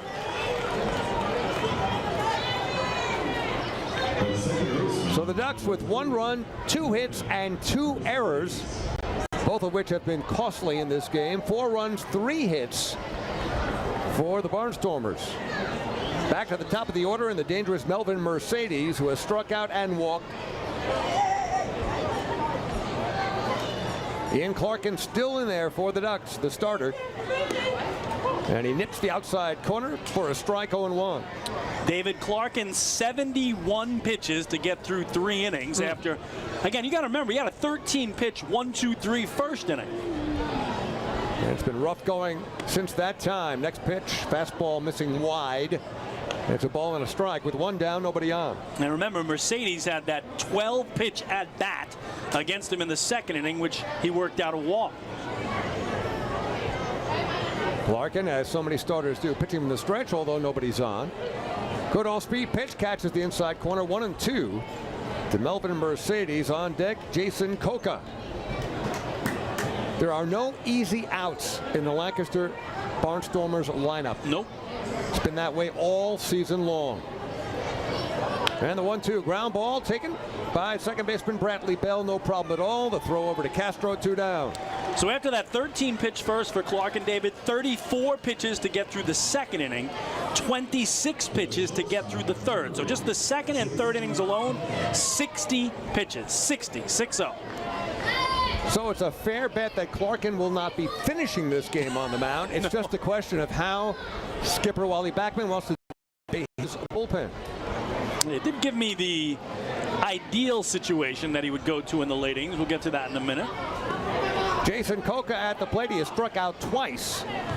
Once looking, the other one swinging in the first 2 innings. Here we are in the 4th with 2 down, nobody on. Again, Lancaster with a 4-1 lead and a 2-0 lead in this best of 5. Next pitch inside, stepping back is Coca, and it's 2 balls, no strikes. I asked Wally if he gets 6 from Ian Clarkin tonight, 6 innings, where are you going? He said Jose, Fishman, Albuquerque, and maybe the newcomer, Jimmy Yacobonis. So that's the plan. We'll see if it comes to fruition as Coca fouls it out of play to the right side, makes the 2nd section. So it's 2 balls and a strike to Jason Coca and Andretti Cordero waiting on deck. Coca's the guy that, again, Clarkin has struck out twice already, once looking, once swinging. Like to do it again here as he fouls it back to our right behind home plate. So count now even at 2 balls and 2 strikes with 2 down. Ducks trailing by 3. Trying to stave off elimination. Stave is a word that, as Chris King mentioned to me before the game, we only use in this situation. That's it. Next pitch, ground ball, worm burner. Big hop taken by Tejada. The throw across, scooped out and dropped by Carlos Castro. I think that'll go down as an infield hit. It did take a last bounce that came into the neck or thereabouts on Ruben Tejada. We look at the replay. That one was hit hard. Yeah, I think maybe it got him up high. You're right, David, off the chest, maybe the neck area. That took a half a second, and then in the dirt, and Carlos Castro unable to dig it out on the backhand. So, again, tough plays for both the shortstop and the first baseman, and we'll see how they score it. The Ducks have already committed 2 errors in this game and 9 in the series. I think infield hit there. Andretti Cordero is 1 for 2 as he takes a big uppercut at the pitch from Clarkin, and it's 0-1. That does go down as a hit. 4th hit up on the board for Lancaster. Cordero's double led off the 2-run 3rd inning for the Barnstormers. It scored twice in the 2nd and twice in that 3rd. Coca with excellent speed. He's a blur if he takes off. And another big home run hack and a miss by Cordero. You talked about Coca earlier, David. 37 steals, caught once, 1 time. That was tied for 3rd most swipes in the league. Takes a fairly good-sized lead near the cutout, being held on by Carlos Castro. And Clarkin's 0-2 will not be coming as he takes his 1 so-called disengagement, his 1 throw over to first base to keep Coca close. But you were talking about this, David. If you're a runner, your goal to me would be draw that throw and then take off on the next pitch, right? Exactly. But he's not going, and a swing and a miss. I believe a foul tip back into the mid of Hector Sanchez. So that is the 5th strike strikeout for Ian Clarkin, and the side is retired. No runs ahead, a man left. We have finished 3 1/2. We go to the bottom of the 4th here at Fairfield Properties Ballpark. Game number 3 of this North Division Championship Series, and the Ducks still trailing Lancaster 4-1. Hey fans, this is Brantley Bell, and you're watching the Long Island Ducks live on FloBaseball. PSCG Long Island wants you to know how to save energy and money in your home. Did you know energy efficient appliances can use up to 25% less energy? Here's how to save. PSCG Long Island offers money saving rebates when you purchase Energy Star appliances. Discover how a little energy efficiency know-how can mean savings in your home. Find more energy efficiency tips, tools, and money saving rebates at pscgliny.com/save money. Has your family been affected by substance use? You're not alone, and recovery is possible. At FCA, our caring team members work with you to identify a plan that meets you and your family's needs. We have virtual and in-person peer services ranging from treatment to recovery, prevention, and crisis support. Reach out to FCA to help plan the next best steps for your family. Visit FCALI.org or ThriveLI.org to start your journey today.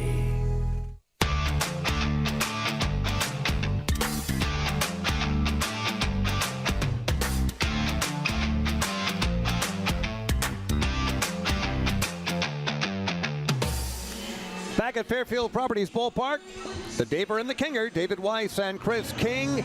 Game number 3 of the North Division playoffs. Best of 5. Ducks trailing 2-0. There is no tomorrow for the Ducks in terms of this series if they don't win.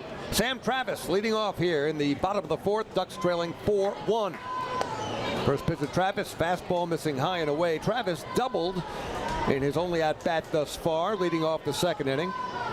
And he scored a couple of outs later on a bizarre play that would take too long to describe right now. We'll get to it. And there's a ground ball taken by the first baseman, Wilson Garcia, and his throw across is dropped, and Sam Travis is aboard. That's going to be an error charged to somebody for Lancaster, but Travis aboard again. Yeah, I think it's going to be the pitcher, Tedesco, because to me, Garcia had a nice little shovel pass. It was right near him. I think he was that, that old play, David, where you're trying to find where the bag is to get it with your foot, and you're trying to find the ball to catch it, and he just takes his eye off that ball for half a second, and that allows Sam Travis to reach. So first error of the night for the Barnstormers. The Ducks have committed 2 already. I would venture to say the exit velo not very high on that grounder to the right side, but Travis is aboard. That's the most important part of that equation. So here's Alex Dickerson batting for the left side against the southpaw Brady Tedesco. Dickerson flew out to left field his first time up. Travis, short lead, being held on by Garcia at first. Tedesco comes to the plate. Fastball in there for a strike, 0-1. David, you ask, we deliver. Exit velo off the bat, 60.9 miles an hour. There you go. That's actually a lot faster than I thought it was. And the error on the pitcher, Tedesco.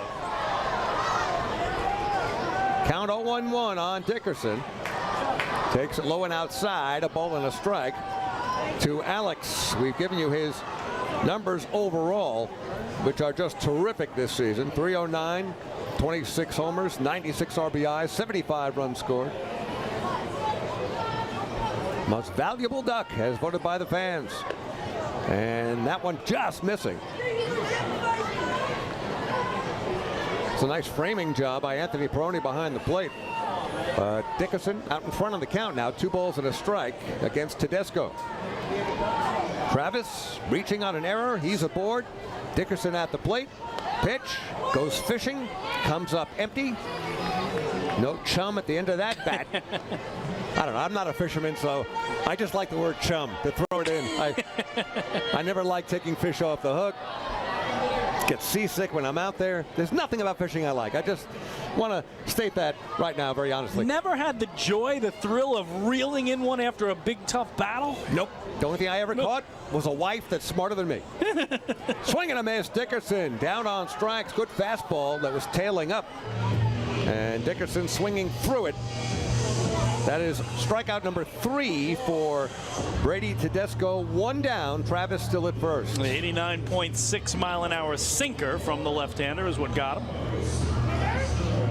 Tedesco and Ian Clarkin both using off-speed stuff in their repertoire, which makes their fastball look a lot faster than it actually is. Yeah. First time the Ducks are seeing a lefty in this series as the Stormers use righties for games 1 and 2. Carlos Castro at the plate. He struck out his first time up. Castro now 4 for 8 in this North Division playoff series thus far. Ducks trailing by 3. At the very least, like to chip away here. And there's an off-speed pitch taken on a short hop by Jason Coco. Over to second for 1. Over to first for the Twin killing a double play. Nicely turned. Coco to Mercedes to Garcia. 6-4-3. So Travis aboard on the error to lead off the inning, but is erased, and there's nobody left. Nothing across for the Ducks otherwise. At the end of 4 complete innings, and Central Islip, score remains Lancaster 4, the Ducks 1.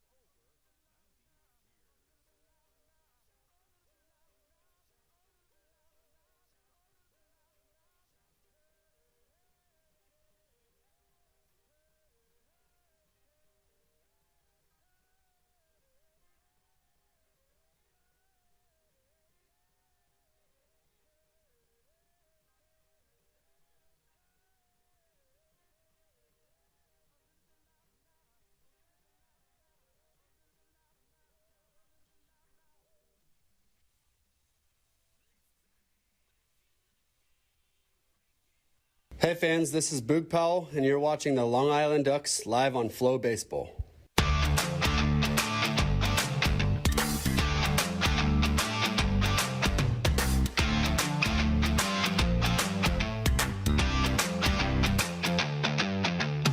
Ducks trail at 4-1 as we go to inning number 5. That always means 5th inning trivia. We'll give you the question here in the top of the inning, the answer in the bottom of the frame, and it concerns back-to-back Atlantic League champions. Are you ready for this, David? I'm ready. All right, Lancaster Barnstormers won it all last year, so they are attempting to win back-to-back Atlantic League titles. I'll let you jump in on the play-by-play. Wilson Garcia at the plate leading off, and the first pitch off the glove of catcher Hector Sanchez, and all the way back, 1-0.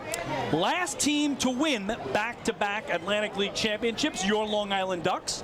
They did it in 2012 and 2013. Okay? Got it.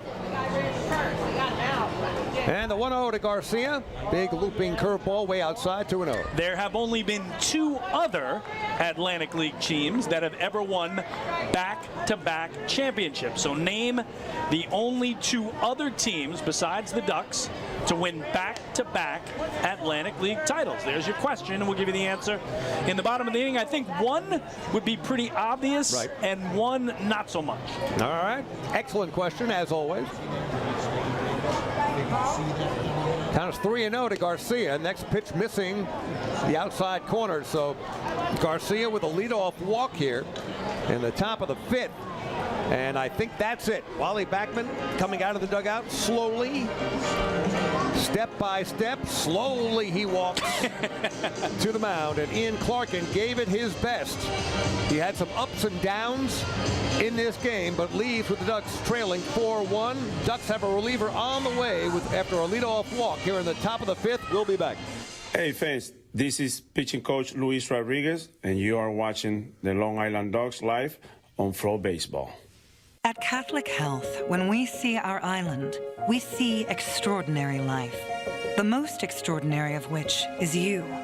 It's because our Catholic faith places the highest value on people, all people. It's the inspiration for our exceptional medical care and compassion. And it's why at Catholic Health you're more than a patient. You're someone's family, best friend, and a neighbor to us all. Long live Long Island. Sayville Ford, the no-fees dealer, has been family-owned and operated for 65 years. Visit their spacious showroom to choose from a giant inventory of new, pre-owned, and commercial vehicles with a free 10-year, 100,000-mile powertrain limited warranty included. Some exclusions apply. Plus, they offer top dollar for trades, and their service department is open until 1 a.m. on weekdays. Sayville Ford, Long Island's Ford giant, is conveniently located off exit 50 on Sunrise Highway, or visit SayvilleFord.com for more information.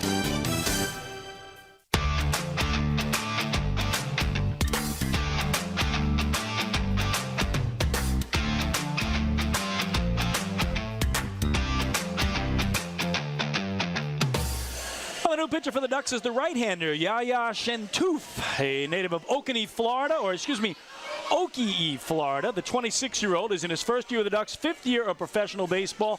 Made his Ducks debut September 3rd against the Barnstormers. Played 3 years of college baseball at the University of Pittsburgh. Reached as high as AA in his affiliated career. All that spent with the Tigers. 5 years with Detroit. And Shentouf appears for the second time in the series. He was the losing pitcher for the Ducks in Game 1 of this series back on Tuesday night in Lancaster when the Barnstormers won it 9-5.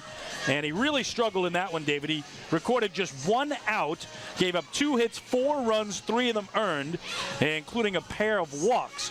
So Shentouf trying to get a little payback here on the Barnstormers as Ian Clarkin's night comes to an end here at the start of the 5th inning. Shentouf with an ERA of 2.45 in the regular season, appearing in 6 games. He's got good stuff, good pop on that fastball. His job to make sure it doesn't get any worse than this. At 4-1 the deficit. Ariel Sandoval bounced out, reached on an error, and has scored a run here tonight as he hits one a mile high. Center field, Boog Powell's coming in. He's got plenty of time.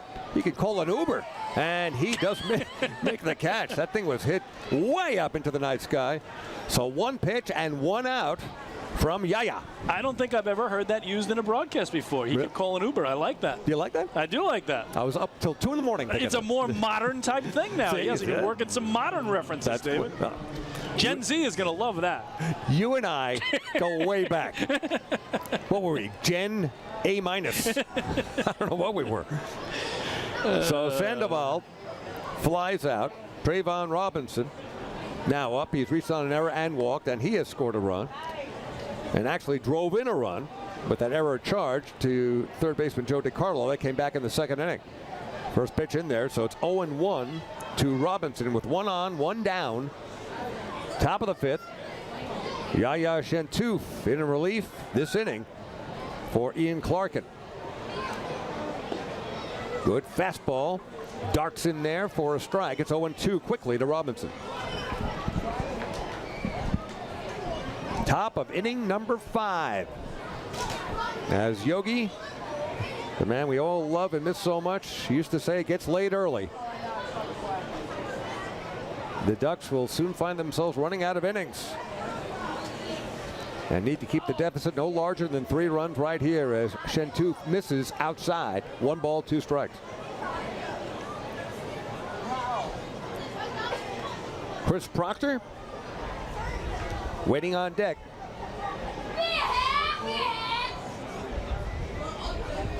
As Shentouf comes set, and the 1-2 is sliced left field. Coming in hard, De Aza, and makes the catch.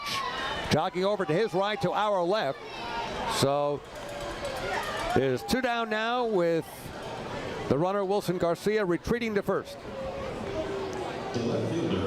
So the book not complete on Ian Clarkin, David. He's still responsible for Garcia at first, but he went 4+ innings tonight, allowed 4 hits, 3 walks, 5 strikeouts. Right now 4 runs allowed, but because of the errors, David, just 1 of those an earned run. It was the pitch count more than anything that was his demise, as he threw 89 pitches to get through basically 4 innings. Yeah, lots of pitches thrown in the 2nd and 3rd innings, which were the problem innings for Clarkin. So Chris Proctor at the plate, hit by a pitch in the second inning, a bounce out, and drove in a run in the third. So officially 0 for 1 with that RBI.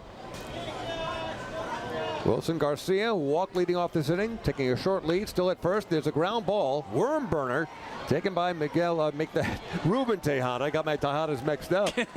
Going back to the old days of Moneyball and the early 2000s, but it is Tejada who throws out Proctor, and the side is retired. So the leadoff walk doesn't do anything for the Barnstormers and doesn't hurt the Long Island Ducks. One man left, nothing across. We've finished 4.5. Go to the bottom of the fifth. Lancaster leading Long Island 4-1. Hey fans, this is Alex Dickerson, and you're watching the Long Island Ducks live on FloBaseball. Hey, Ducks fans, the official hotel of the Long Island Ducks is the Radisson Hotel, Hauppauge, Long Island. It's centrally located on the north shore of Long Island and offers a home away from home for both business and leisure guests. The Radisson Hotel, Hauppauge, Long Island features an indoor pool, 24-hour business center, a fitness center, and complimentary Wi-Fi in all guest rooms. Enjoy the contemporary American cuisine at the Fountain Grill restaurant or grab a quick bite to eat at Cafe Prato. And best of all, it's only minutes away from Fairfield Properties Ballpark. The Radisson Hotel, Hauppauge, Long Island, the official hotel of the Long Island Ducks. Call 231-1100 today. That's 631-231-1100. Morning, Dan. How was your weekend? Oh, it was awesome. I took my family to a Ducks game and had a blast. The seats were great. We ate a ton of food, and the Ducks won. They even had amazing fireworks. Oh, yeah. They got a good thing going on there. I took friends to Thirsty Thursday a couple weeks ago and had too much fun. They should totally use us in one of their radio spots. You mean like the one we're doing right now? Sure, that works. Ducks Baseball. Good times every time. Get tickets at liducks.com.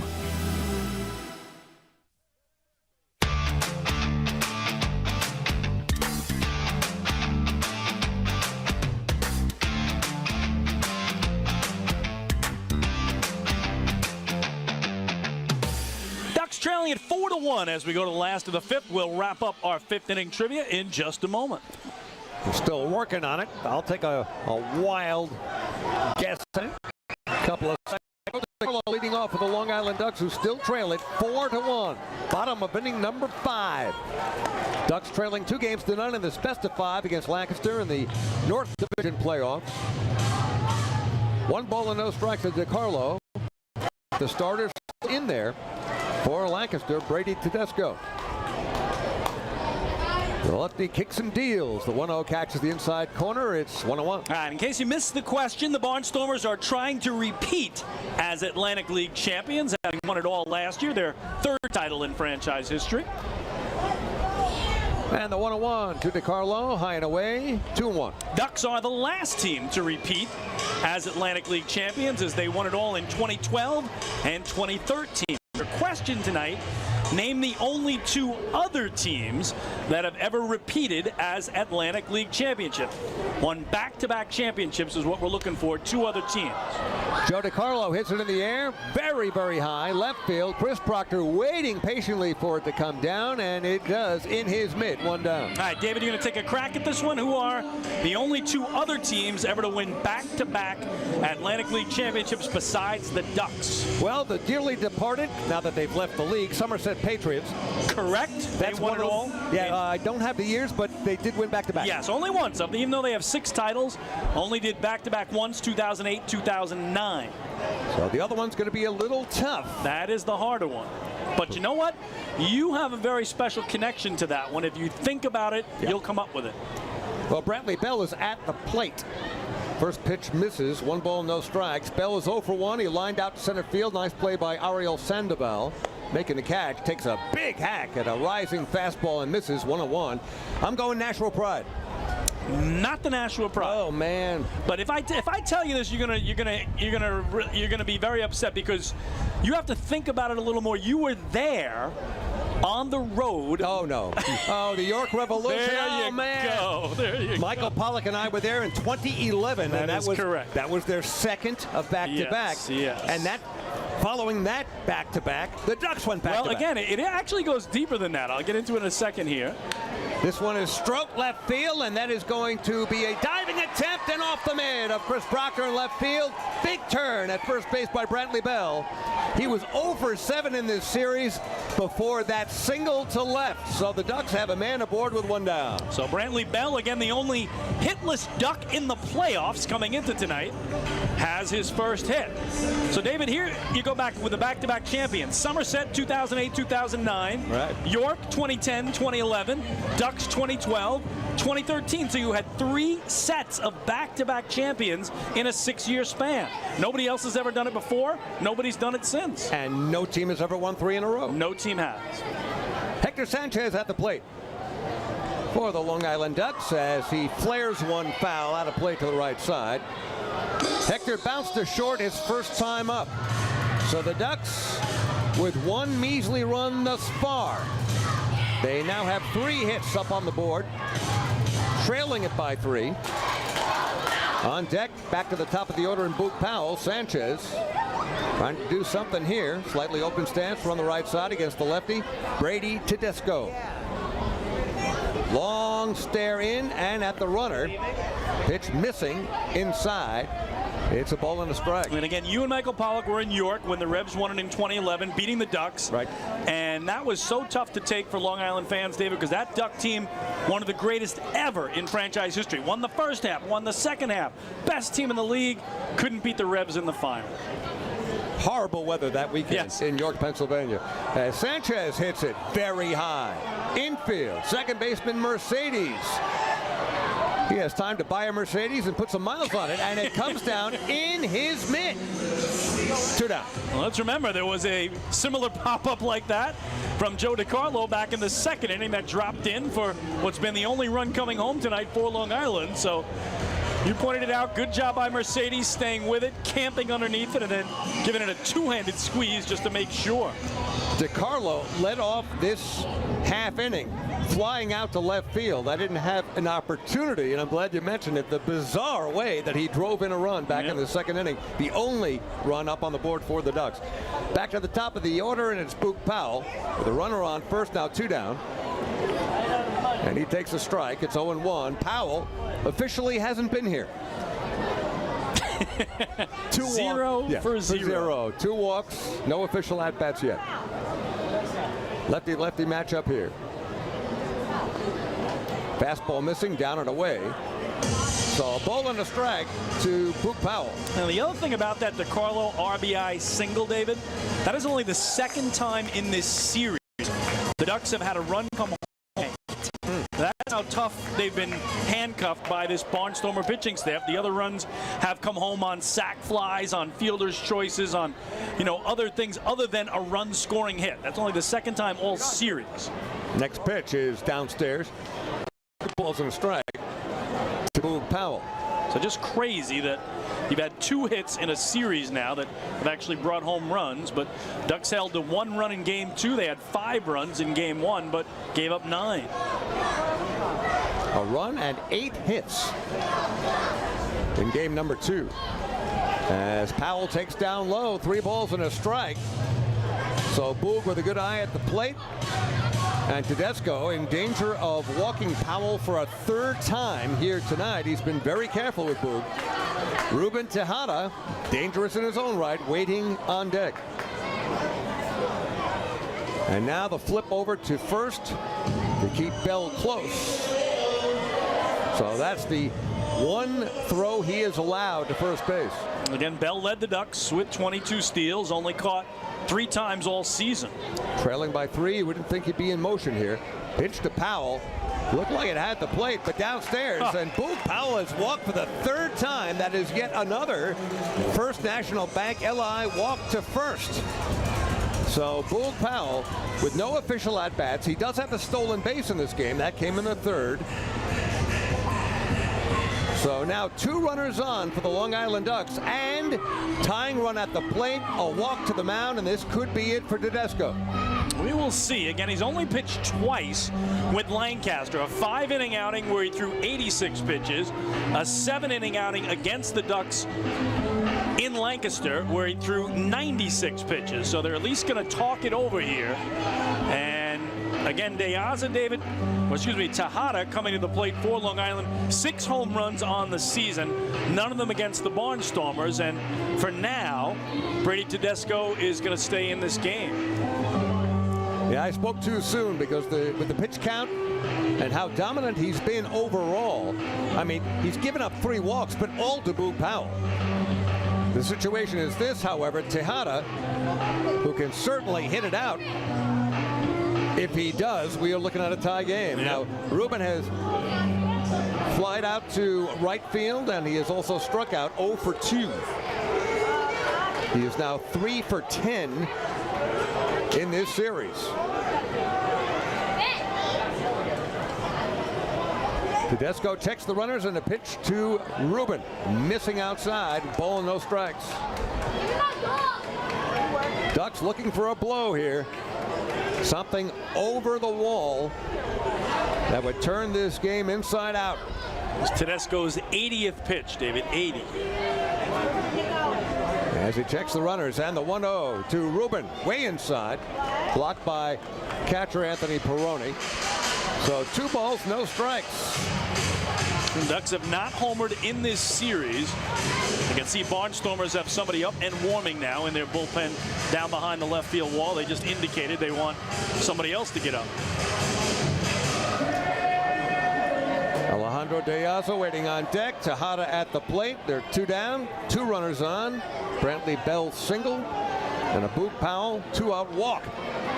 And the pitch upstairs. It's now 3 balls and no strikes.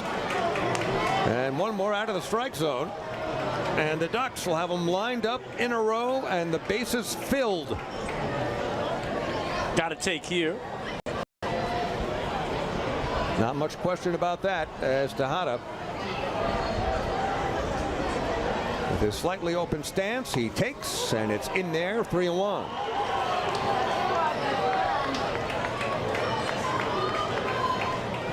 Long Island Ducks with 1 run across. It came in the 2nd inning.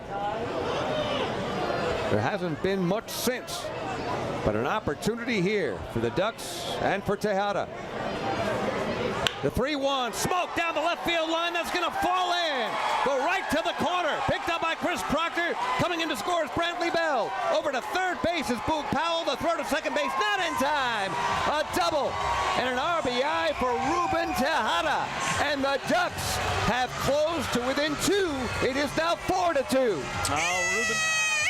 Sorry, David. Ruben Tejada continues his clutch hitting in this series. And what a monster knock to make it a 2-run game. And now, as you called it, David, a hit away from tying this thing up if Alejandro De Aza can bring them both home. Let me repeat. Now I got it. It's all about timing. It is. I didn't have it there. Good job. Tejada just smoking that baby down the left field line. So Brantley Bell over to third. Tejada at second. The tying runs in scoring position. De Aza at the plate takes up and in. 1 ball and no strikes. De Aza lined into a double play in the 1st inning. Lined out to left field in the 3rd. Lefty-lefty matchup, which doesn't bother this former major leaguer De Aza a bit. Next pitch, good curveball. Catches the outside corner, and it is 1-1. Again, De Aza 4 homers this year, 2 of those against Barnstormers pitching. So sitting pretty right now is Alejandro. 1 ball, 1 strike. Pitch to De Aza. Bouncing 3 times off the mitt of Milton Mercedes, but he regathers and throws De Aza out, and the side is retired. However, in the inning, the Ducks draw just a little bit closer. 1 run, 2 hits, a walk, 2 men left. At the end of 5 complete here at Fairfield Properties Ballpark. The score now, Lancaster 4, the Ducks 2.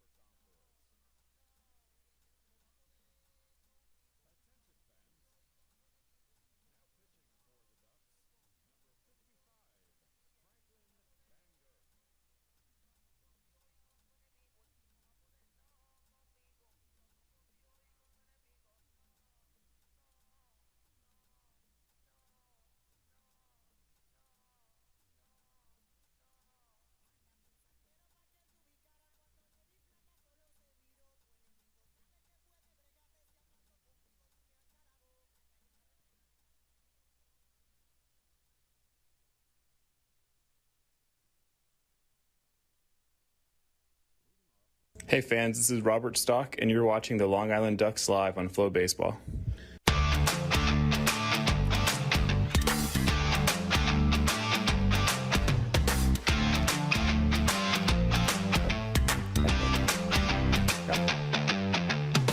Back at Fairfield Properties Ballpark, David Weiss, Chris King, new pitcher, Long Island Ducks, Franklin Van Gerp.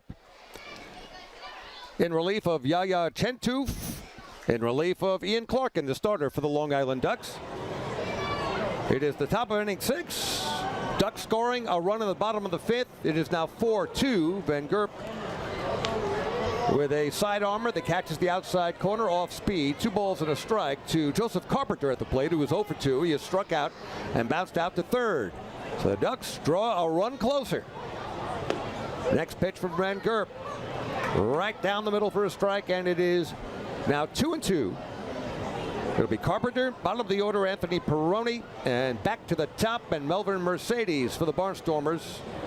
Against the Ducks, Franklin Van Gerp, as that one is fouled back to the netting. That net isn't there. That thing is in Chris King's lap. And as I have always said, if a foul ball is headed this way, Chris, I'll be right behind you. Now, listen, he is tied up at the moment. He's taking a little sip of a beverage. He is all refreshed. The laughs will come later. There, she's my epic man. And Carpenter swings and misses a foul tip back into the mitt of Hector Sanchez. So 1 up and 1 down here in the 6th. As the Ducks once again looking for that proverbial shutdown inning to make sure the Barnstormers don't add to this now 2-run lead. Well, Yaya Chentoof was terrific, David. He worked 1 inning, no hits, no runs, no walks, no strikeouts, but he faced 3 batters, retired them all, 2 flyouts and a ground out. So Perrone at the plate. That's a ball and no strikes. Anthony, the former Long Island Duck. Now Barnstormer with a single up the middle for an RBI back in the 2nd inning. At that time, it made it a 2-0 game. Plenty has happened since. Next pitch in there, it's a ball and a strike to Perrone. And the pitch from Van Gerp. The side armor is in there for a strike. Good off-speed pitch, 1-2. Well, David Van Gerp now has pitched in every game of this series. In game 1, 2/3 of an inning, no hits, no runs. In game 2, 1 inning, 1 hit, no runs. He's been good. And wants to be good right here as Perrone reaches out and spoils that pitch, fouling it out of play to the right. Ball and 2 strikes to Perrone. 1 down, nobody on. Top of the 6th. Ducks trailing 2 games to none in this best of 5. You do the math. No room for error. Don't say error. Good point. The Ducks have had trouble defensively in this series. Another 2 errors here tonight. But this game well within reach. 2-2 the count to the former Long Island Duck. Next pitch just missing outside. Perrone holding up, checking his swing, and it's now full at 3-2.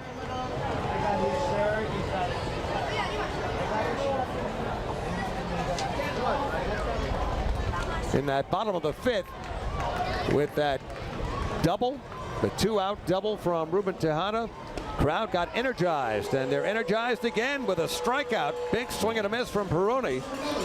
So 2 up, 2 swinging strikeouts for Van Gerp.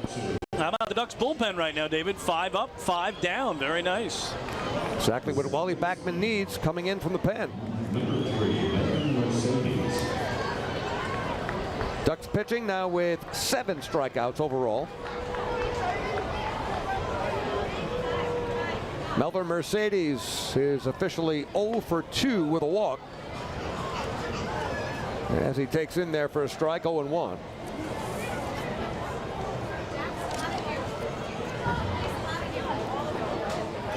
Always important to keep Mercedes off the base paths. So dangerous as the table setter. The switch hitter now batting from the left side. Ian Clarkin, the southpaw, starting pitcher for the Long Island Ducks. Gave up 4 runs, but only 1 earned with the miscues defensively by Long Island. Next pitch down the left field line, and that is twisting and out of the reach of Alejandro Deazo. Gave it a long run, and that one landed just a couple of yards of the foul line to the left. Well, Melvin Mercedes had an incredible game 1 Tuesday night in Lancaster in the 9-5 win, David. He went 1 for 2 at the plate. That hit was a double, stole a base, drew 3 walks, and scored 3 runs.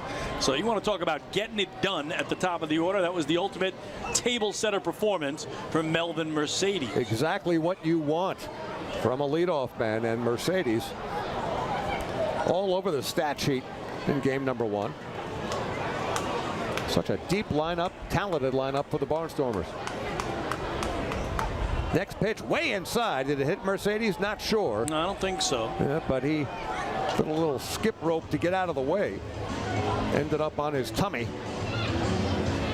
And the count now even, 2 balls and 2 strikes. I mentioned, David, the Barnstormers have won 8 straight games coming in, right? Final 6 of the regular season, first 2 of this series. They've also won 7 straight playoff games now, dating back to last year.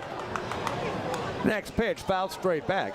You know, you take a look at all of that in terms of what they've done in the postseason, what they did at the tail end of the regular season here.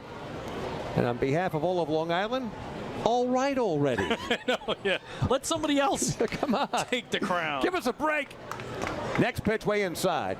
Once again, Mercedes has to dart out of the way. So the count now full at 3-2 with 2 down, nobody on. Top of the 6th. Barnstormers with a 4-1 lead. So last year they trailed Southern Maryland in the opening round 2-1. Win the last 2 games of that series. Sweep High Point. Now win the first 2 games of this series. 7 in a row. Postseason wins. Pitch outside, and I believe that is ball 4. Mercedes tossing the bat, and he'll make his way on board. So a 2-out walk given up by Van Gerp, and that could mean trouble. Mercedes, with 34 steals in the regular season, caught stealing only 5 times. You would assume with 2 down that he's got the green light. And it's Jason Coca at the plate. He is 1 for 3. Struck out in the first, struck out in the second. Infield hit in the 4th. How about this one too, David? The Barnstormers, when they won their 3 championships in 06 and 14 and last year, in the finals in those 3 years combined, 9-0. Didn't lose a game. Wow. They are tough. And taking off on the very first pitch is Mercedes. And the pitch was well inside to Coca, who went down to try to get out of the way. So stolen base by Mercedes. He's now in scoring position with 2 down. Yeah, so again, they have swept the Bluefish for their first title. 8 years later, swept Sugarland for their second title. 8 years later, swept High Point for their third. Only team that's ever beaten them in the finals, the Long Island Ducks. Right, there you the go. Ducks beat them in a classic 5-game set in 2012, almost 11 years ago on this field. Next pitch, way inside, gets away from Hector Sanchez, and jogging over to third is Melvin Mercedes. So the count, 1 ball and 1 strike.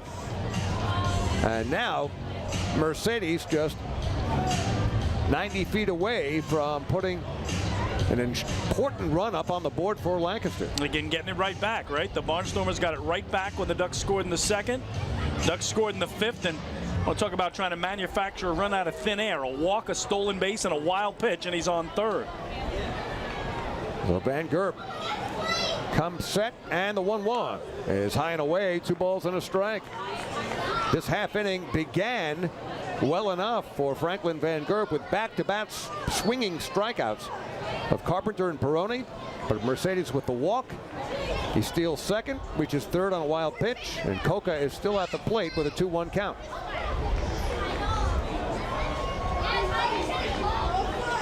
And the pitch outside, and Coca. I must have lost track of the balls and strikes, but Coca is aboard. That's another walk. Guess the scoreboard had it wrong. But that is a walk to Coca. He is aboard. Here comes Luis Rodriguez, the machete again, to try to settle down his right-hander. So, David, how long are you giving Jason Coca before he takes off at first with his 37 stolen bases and 38 tries this year? And with speed, you know that there's an awful lot to think about here. Do you even throw down the second if you're the Ducks? That's what I'm thinking about here, is that you got the possibility of a double steal. You've got all kinds of machinations and possibilities. And Lancaster would just love to run their way into a fifth run. So the guy at first led them in stolen bases with 37. The guy at third, he was second with 34.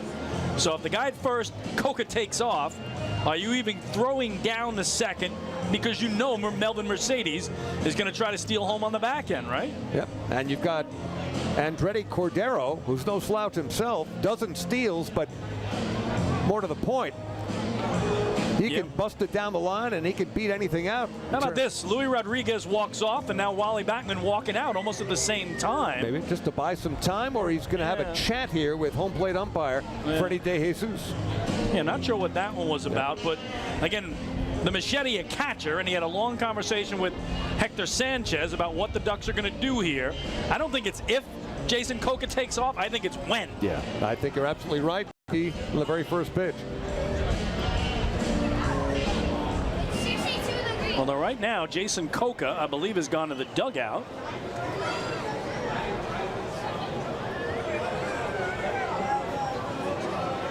He's no longer down there at first base, David. I don't know what the situation is here. Where did he go?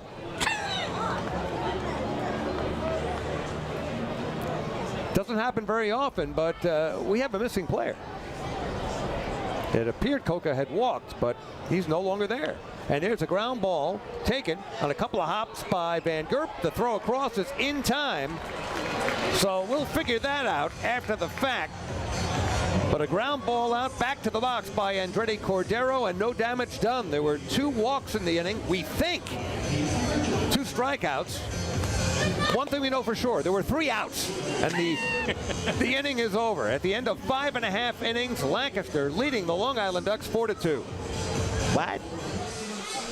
Hey fans, this is Carlos Castro, and you are watching the Long Island Ducks live on FloBaseball. What happens when you and your family go first? You experience individualized service. First National Bank LI is invested in you and your community for everything you need. Go first. Go far. Visit fnbli.com. Member FDIC.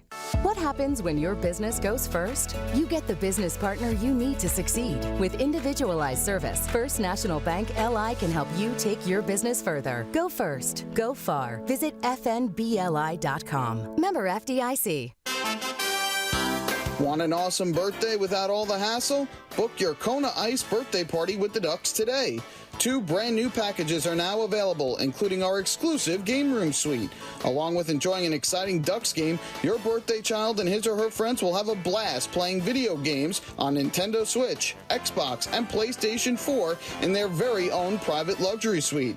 Plus, they'll be treated to food, beverages, snacks, and much more. Kona Ice birthday parties with the Long Island Ducks, the party of a lifetime.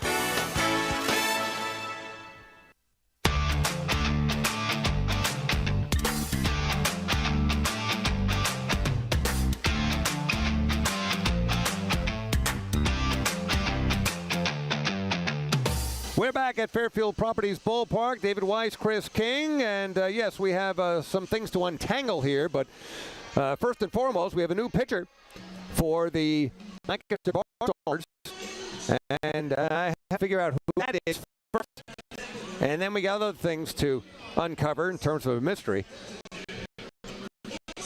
And somebody is blowing plastic bubbles. And that has distracted me greatly here. In any case, Sam Travis is at the plate. We know that for sure, I believe. Sammy is 1 for 2, a double leading off the second inning. And in this case, he slams one down the right field line, racing into foul territory and trying to make a catch. Unable to as Joseph Carpenter runs out of real estate 0-1. Dominic DiSabatino, new pitcher for the Lancaster Barnstormers, enters this game and starts out here in the 6th inning. My wild guess as to what happened. Here's a wild guess. Chris King, correct me if I'm wrong. scoreboard was right. Coca thought he walked. He did not. And he's the one who hit it back to the box. You are correct. Yeah, apparently one of the pitches that the scoreboard had as a ball was a check swing that the home plate umpire had as a strike. Right.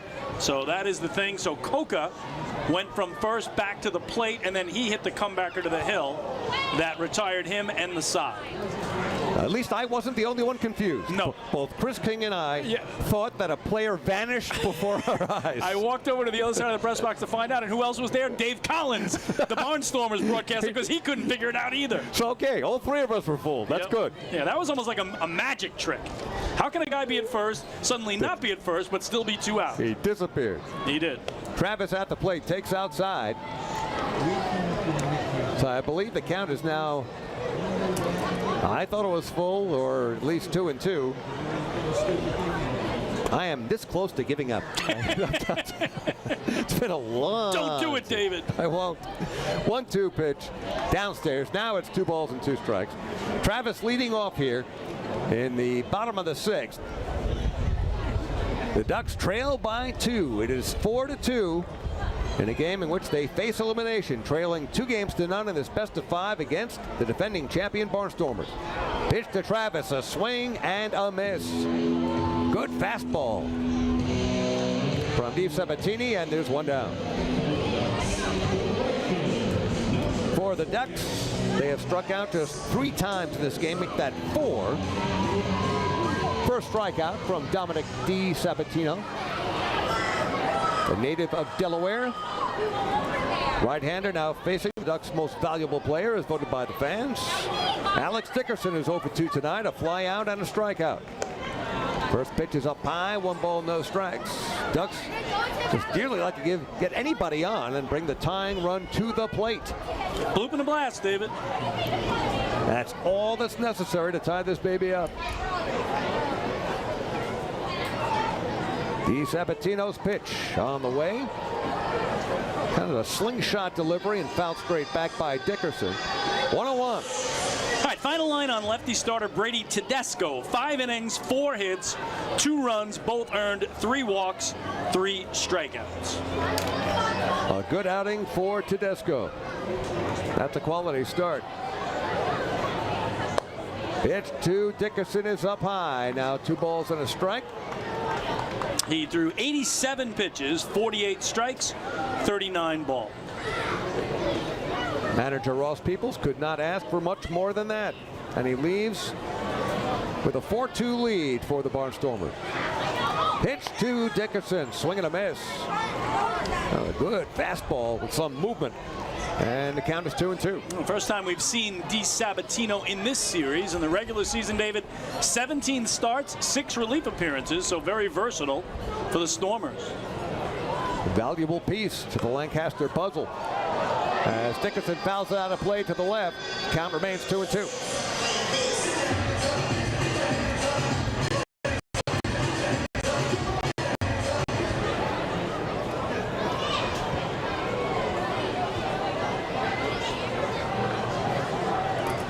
Pitching from the stretch, Di Sabatino looks in. And the 2-2.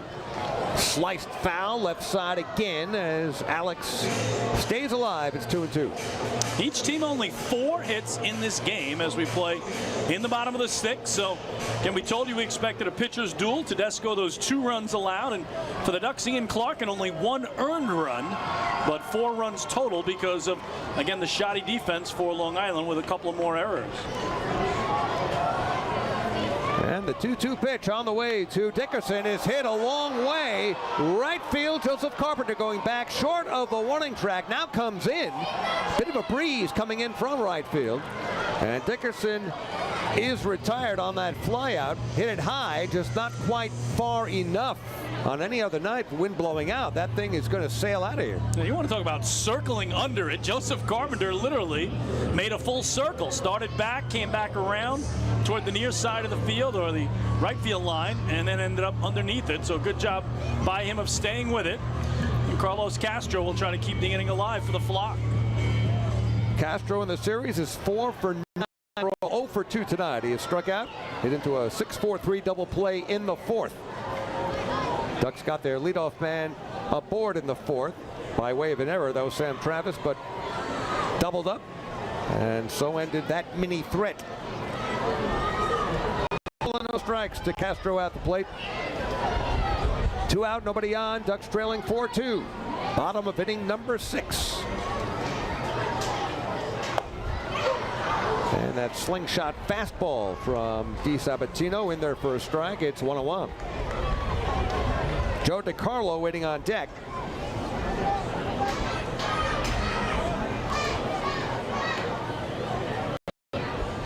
Ducks still have some time and only trail by 2. Big swing by Castro. Pulling the string is DiSabatino, off speed pitch, and Carlos way out in front. 1-2.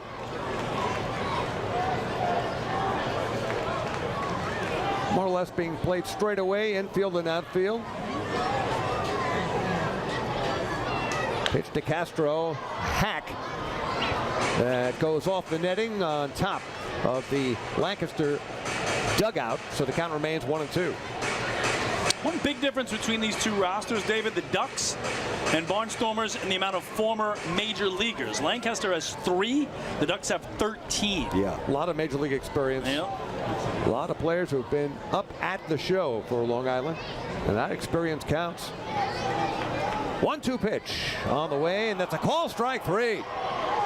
Boy, from our vantage point, that looked like it might have been low, but nope. At the plate, and Castro goes down looking. Second strikeout for DiSabatino in the inning. 5th overall for Lancaster. We have finished 6 innings complete in game number 3 of this best-of-5 North Division playoff series, and the Ducks still trailing Lancaster 4-2.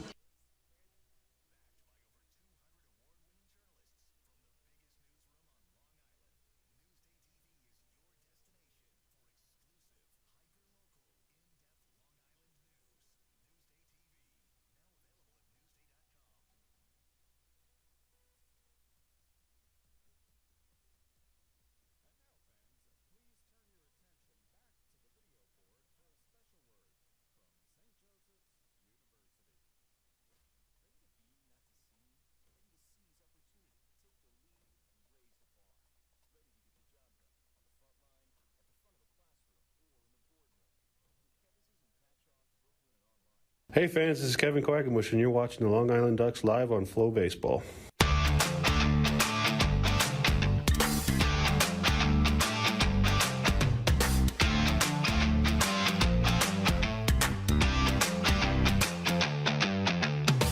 Six innings complete.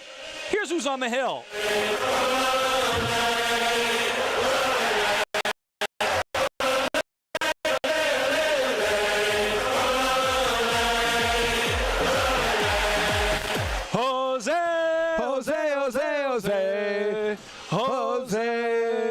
Jose. Obviously, both of us tone deaf.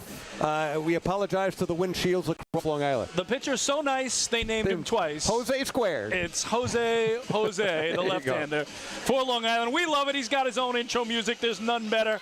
And he did pitch Wednesday night in Game 2 in Lancaster. 1 inning, 1 hit, no runs, no walks, no strikeouts. So second postseason appearance for Jose as the crowd welcomes him to the bump.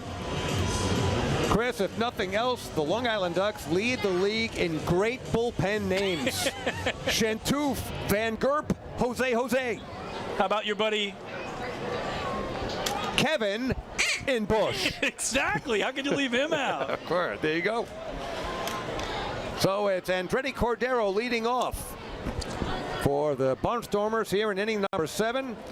Jose with an off-speed pitch way out in front is Cordero 0-1. Cordero 1 for 3 here tonight. He has bounced out, led off the 3rd inning with a double, would come around to score in that 2-run 3rd.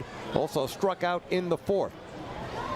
0-1 the count to Cordero as he hits one in the air behind home plate. Looks like it might be playable. Hector Sanchez coming back, and it's just over the netting and lands in the very first row.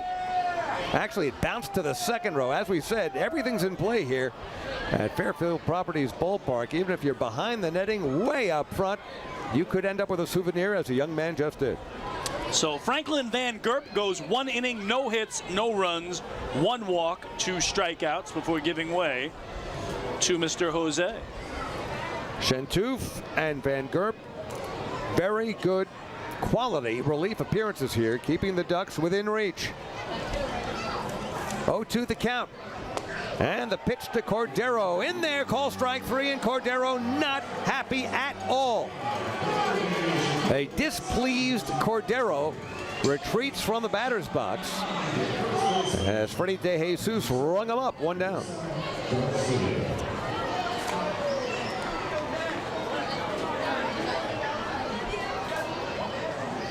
That brings up Wilson Garcia. He has singled, bounced out, and walked, so he is 1 for 2 on the evening. Jose with off-speed pitch, kind of lost the handle on that. Way high and outside, 1-0. Well, David, I got to bring this up. It was almost 11 years ago tonight that these two teams last played a playoff game on this field. It is the greatest moment in Ducks history on this field without question. I take you back to Sunday, October 7th, 2012. Ducks and Barnstormers deciding Game 5 of the Atlantic League Championship Series. Of course, the Dan Lions 2-out bunt single down the third base line scores Matt Esquivel. The Ducks waddle off and win the title. Again, no greater moment on this field in 23 years of baseball than that moment. Great call by our partner Michael Pollock on that. And again, the Ducks win the 2012 championship. The last time these two teams played a playoff game on this field, October 7th, 2012. What a night. Only time the Ducks have won a championship here at home. Yeah, 4 titles, but only 1 at home. Obviously others in Camden, Somerset, and Sugarland, Texas. Pitch to Garcia, well inside. So the count. Now 2 balls and 2 strikes to Wilson Garcia. And you're right about Michael Pollock's call. Bunt down the third base line. He's not going to have a play. I mean, it just rings in your ears. And the crowd just going absolutely bananas here in CI. Next pitch outside. It's now full. 3 balls and 2 strikes to Garcia with Ariel Sandoval waiting on deck. 2-run lead for the Barnstormers. Top of the 7th. Ducks facing elimination. But again, some time left as Garcia fouls it out of play. Above our heads. Count remains full at 3-2. I'm trying to find that call. That I may have that call. If I can find it, I'm going to bring it up here. Love to hear that again. Yeah. It's part of our intro. Yeah, but the full call, that's what I'm talking about. I'm trying to find the full call. Payoff pitch, and there's a ground ball up the middle. Nearly took Jose with it as it finishes up in center field, and Wilson Garcia with his 2nd hit of the evening. He is now 2 for 3 with a walk. So he's aboard with 1 down, and Ariel Sandoval coming to the plate.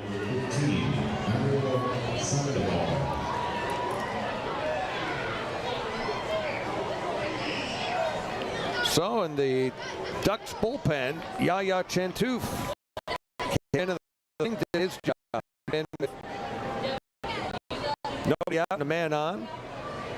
And then finished them off 3 in a row.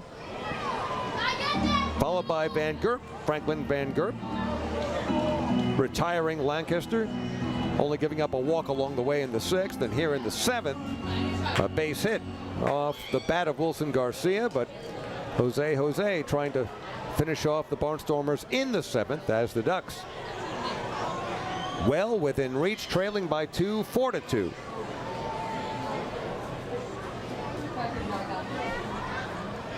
And coming set, Jose. Short lead for Garcia as this one is fouled out of play to the right. 0-2 to Sandoval.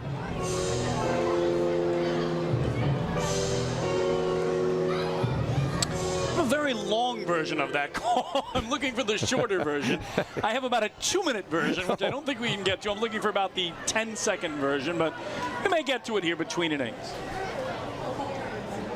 Jose's pitch to Sandoval way inside. A ball and 2 strikes. Well, we'll just wait for a 2-minute break in the action and play the whole thing. Hey, if they got to come out and talk to Jose, we'll go right to it.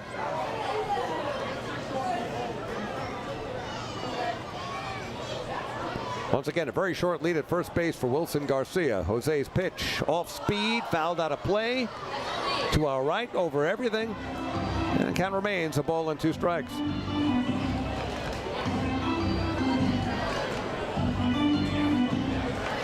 Hard to believe that was 11 years ago, too. I know, right? Unbelievable. 23rd season of Ducks baseball dating back to April 28th, 2000. Ducks in Nashua Pride that night. Swing and a miss. Going fishing was Ariel Sandoval. A good pitch from Jose, diving away from the Lancaster center fielder. So another strikeout. 9 strikeouts now for Ducks pitching. Second strikeout in the inning for Jose. 2 down, 1 on, and Trayvon Robinson at the plate. Ducks bullpen, as you pointed out, David, has been terrific so far tonight. Robinson reached on an error in the second inning and would come around to score, but got an RBI on that play. It's also walked and a fly out to left. So officially 0 for 2 with a walk and an RBI and a run scored. Pitch to Robinson, did catch the corner. It's 0-1. 2 down, 1 on. Top of the 7th. Ducks trailing by 2. Both in terms of the series and the game. Next pitch way inside. Turning away from it was Robinson. It's 1-1. Quackerjack pacing up and down over the Ducks dugout. He's nervous. He's starting to molt. Everybody's nervous. Jose's pitch, and this one's hit very high left field. Alejandro De Aza, plenty of time, and De Aza squeezes it for the final out here in the 7th inning. No runs, a hit, a man left. We go to the bottom of the 7th. Time to get up and stretch. In the meantime, it is 4-2 Lancaster going to the bottom of inning 7. Hey fans, this is Kyle Lobstein, and you're watching the Long Island Ducks live on FloBaseball. Planning your next party or looking for a caterer that will handle all of your needs? Hidden Gem Cafe has got you covered. From setup to service to cleanup and amazing food that is sure to be talked about, they can do it all without breaking the bank. Hidden Gem knows that each event is unique and strives to design a specialized menu for each event. Call the Hidden Gem Cafe for your next party at 631-390-5912 and be sure to follow them on social media too at the Hidden Gem Cafe for ideas and information. Has your family been affected by substance use? You're not alone, and recovery is possible. At FCA, our caring team members work with you to identify a plan that meets you and your family's needs. We have virtual and in-person peer services ranging from treatment to recovery, prevention, and crisis support. Reach out to FCA to help plan the next best steps for your family. Visit FCALI.org or ThriveLI.org to start your journey today.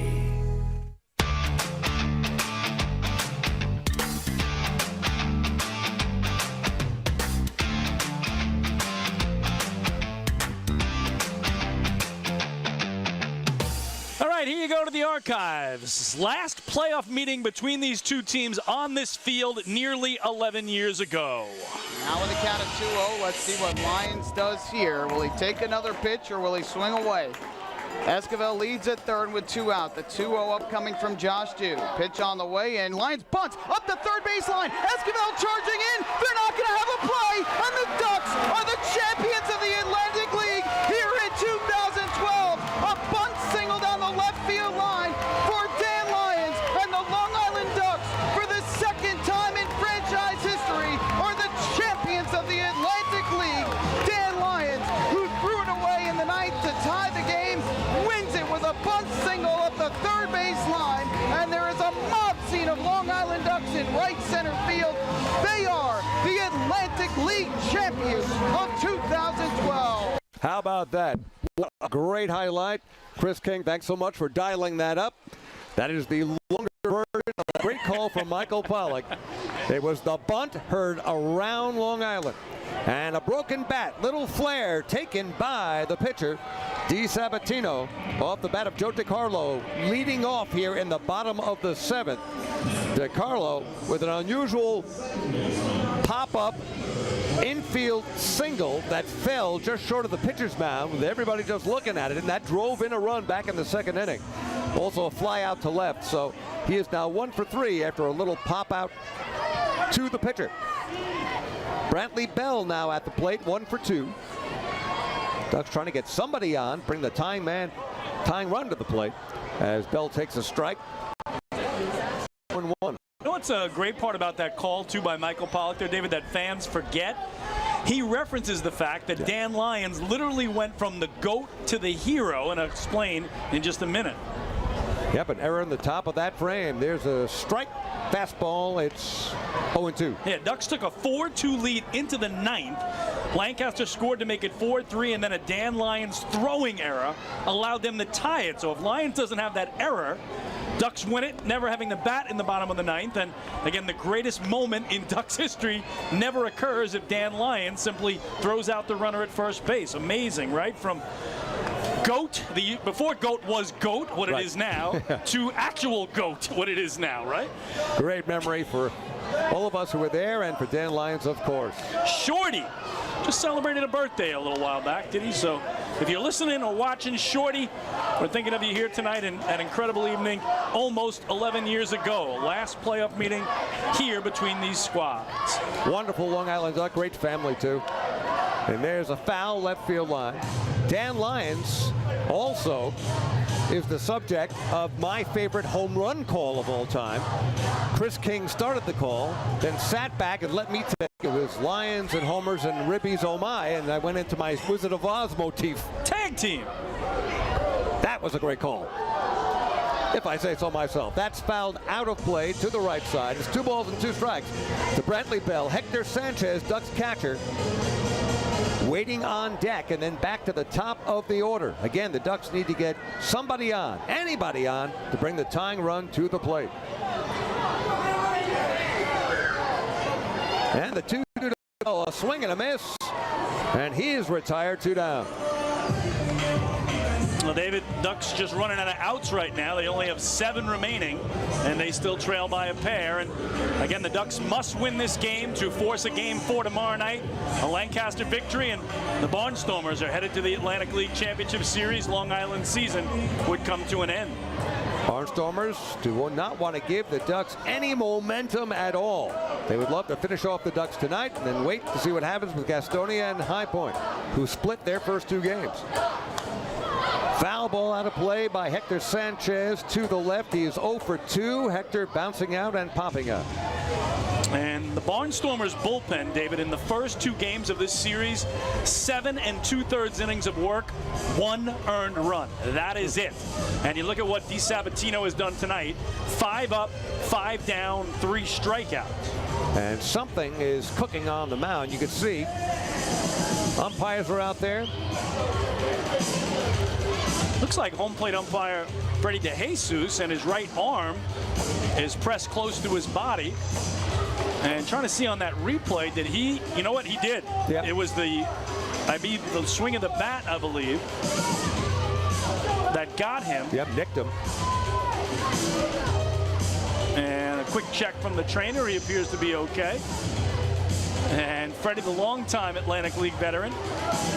Again, we've seen catchers and now umpires behind the plate. It's not easy for them either, but he'll buy some time kicking the dirt off the dish and get right back in there. Freddie's as tough as any backstop in the Atlantic League. So with Sanchez at the plate, the counter's 0-1, 2 down, nobody on. Ducks trailing by 2. Dominic DiSabatino in the 2nd inning of relief for Lancaster. 0-1 pitch. Outside, it's 1-1.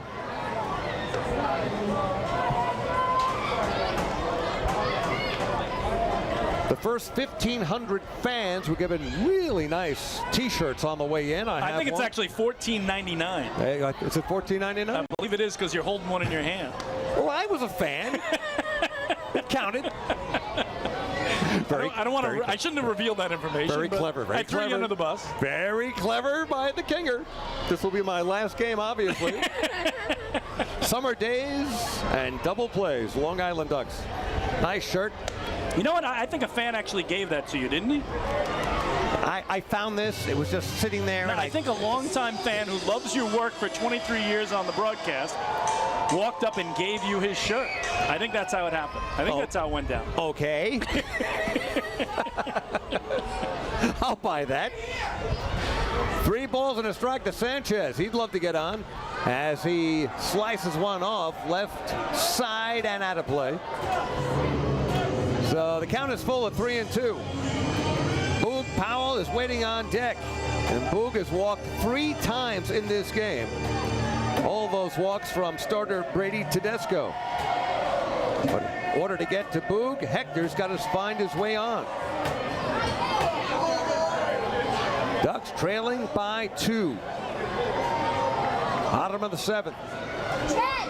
D. Sabatino's pitch on the way, hit a long way, right field. Joseph Carpenter's going back, and that ball should have been out. It was not. Hit on the button, but the wind is blowing in from right field and held that one up. Sanchez got nearly all of it, but it lands in the mid of Carpenter in right field, and the side is retired. 3 up and 3 down for the Long Island Ducks. We go to the top of the 8th in Game 3 of the North Division playoffs. Ducks trailing 2-0 in the series and 4-2 here tonight.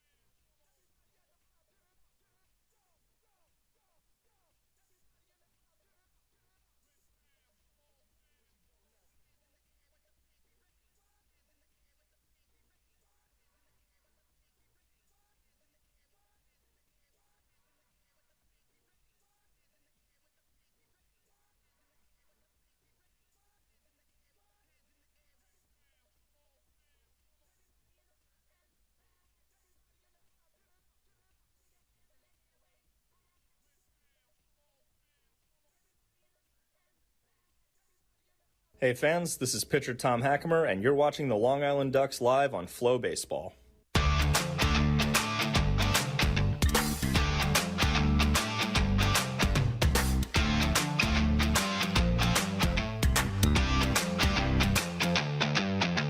Back at Fairfield Properties Ballpark, David Weiss, Chris King, Long Island Ducks trailing the Lancaster Barnstormers 4-2, top of inning number 8. And the fifth pitcher for the Long Island Ducks to enter this game is left-handed reliever Jake Fishman. The 6'3" lefty from Sharon, Massachusetts, that's southeastern Mass, enters the game. Numbers on Jake Fishman this regular year, 2-0 record, 4.82 ERA, 21 appearances. He's given up 12 hits in those 18 2/3, 10 earned runs, struck out 19, walked 4. A very good regular season for Jake Fishman. Now in there, top of the 8th, to try to hold the Barnstormers at bay. And the closer for the Long Island Ducks looking for a waddle off here tonight. I hand it back over to the Kinger, Chris King. Well, thank you very much, David. Fishman's second appearance of these playoffs. He pitched Tuesday night in Game 1 in Lancaster. The 9-5 Barnstormers win. A third of an inning there, no hits, no runs, 1 walk, no strikeout. So Fishman, the left-hander, 5th pitcher of the night for Wally Backman as we head to the 8th. And on his 64th birthday, Wally Backman's Ducks trail at 4-2. And as David told you, trailing in the series 2-0 as Fishman deals with the bottom third of the order and starts with a 7-man, Chris Proctor. First pitch, a swing and a miss, 0-1 on Proctor. For the Stormers, 4 runs, 5 hits, 1 error. For the Flock, 2 runs, 4 hits, 2 errors. Lancaster won Game 1 Tuesday night in Pennsylvania, 9-5. Wednesday, they took Game 2, 5-1. Waving at one way off the plate was Proctor there, and he's quickly down 2 strikes in the count. So Ducks again just a bloop and a blast away from tying this one up. But need their pitchers to keep it there in order for that to remain true. It's gone from Clarkin to Shentooth to Van Gerp to Jose and now Fishman here in the 8th.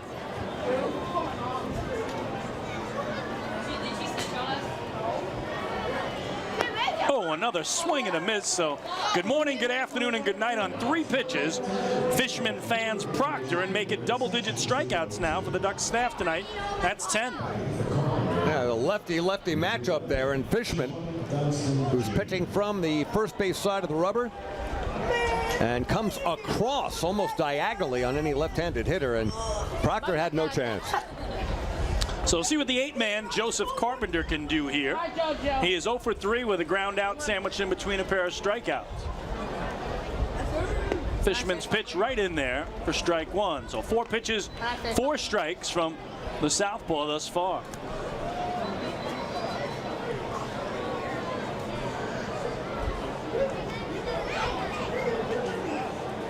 Make it 5 for 5. We're more than halfway to the immaculate inning, David. 9 for 9 is what you're looking for. It has happened, but not often.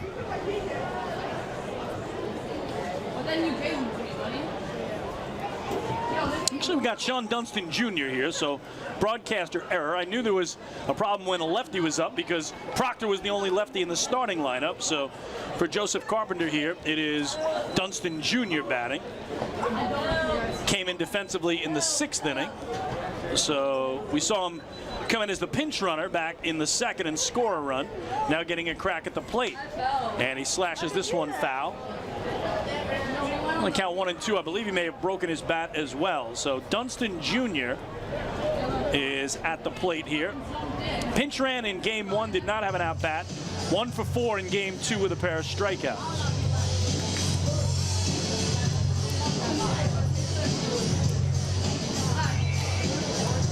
So again, came in last inning in right field for Joseph Carpenter, bats in his spot, and now has a new piece of lumber. I remember in a game I was doing with Michael Pollock, and I took a look at Sean Dunston Jr. and I said, well, his dad, I'm surprised he has a son this old, isn't he? In his 40s, whatever. Sean Dunston Sr. is about 60. Wow. I lost track of time. Yeah, right. Little pop-up left side of the infield for Joe DiCarlo. 2 gone. Well, the Ducks bullpen has really done its job here tonight. The Ducks have 6 more outs with which to play with in the 8th and 9th. But I'll tell you this, should this end up in a waddle-off win for the Ducks, I mean, it's a series because you've taken not just one game, you have just swiped away the emotional aspect of the series.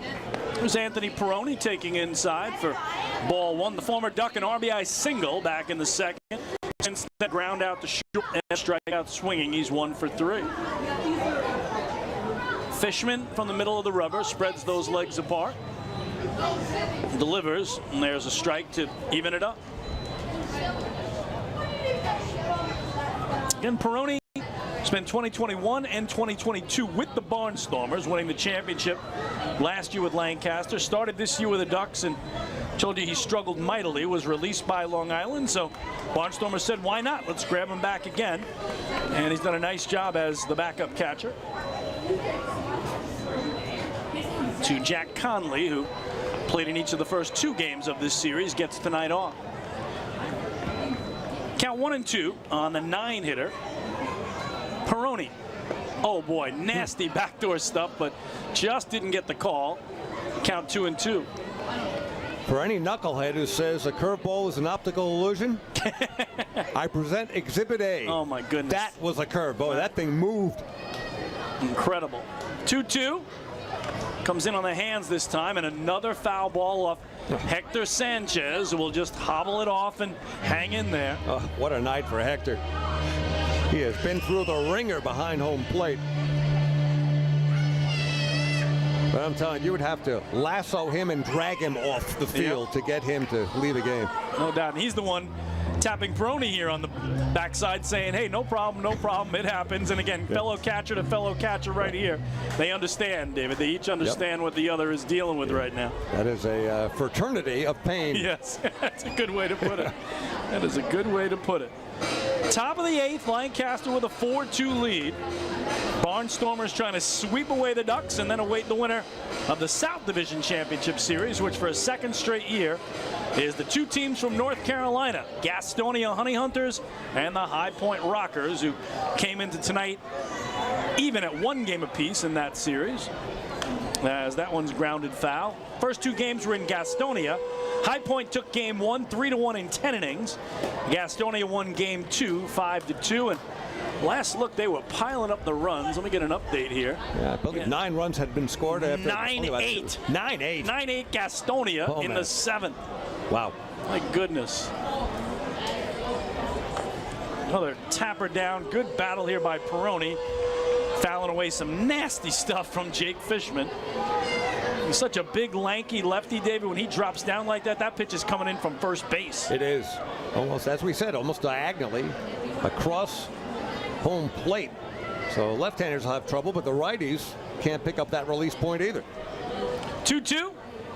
Oh, boy, did he get him? No, missing inside. And the count now full. Yeah, a little low and inside. I think the last thing that Fishman wants to do is face the top third of the order in any respect. Yep, great point. Payoff. Got him a called third strike on the outside corner. So 3 up and 3 down go the Barnstormers, and we head to the last of the 8th with Long Island still trailing at 4-2 tonight here on the island in Game 3. Hi, fan. This is Jose, and you're watching the Long Island Ducks live on FloBaseball. This is it. Check it out. See what everyone's talking about. Let Nicolak pave your way. Bring your outdoor living dreams to life. Visit Nicolak's Outdoor Design Center at 200 Henry Street in Lindenhurst and see thousands of square feet of pavers, retaining walls, fire pits, and outdoor living accents on display. Only Nicolak paving stones are made with Paver Shield technology for more vibrant color options than anyone else. Visit Nicolak.com to request a free sample or their Outdoor Design Center at 200 Henry Street in Lindenhurst. Nicolak. Ask for it by name. You'll see the difference. Visit Nicolak.com. That's Nicolak.com. Let Nicolak paver. Let Nicolak pavers. Pave your way. Pave your way.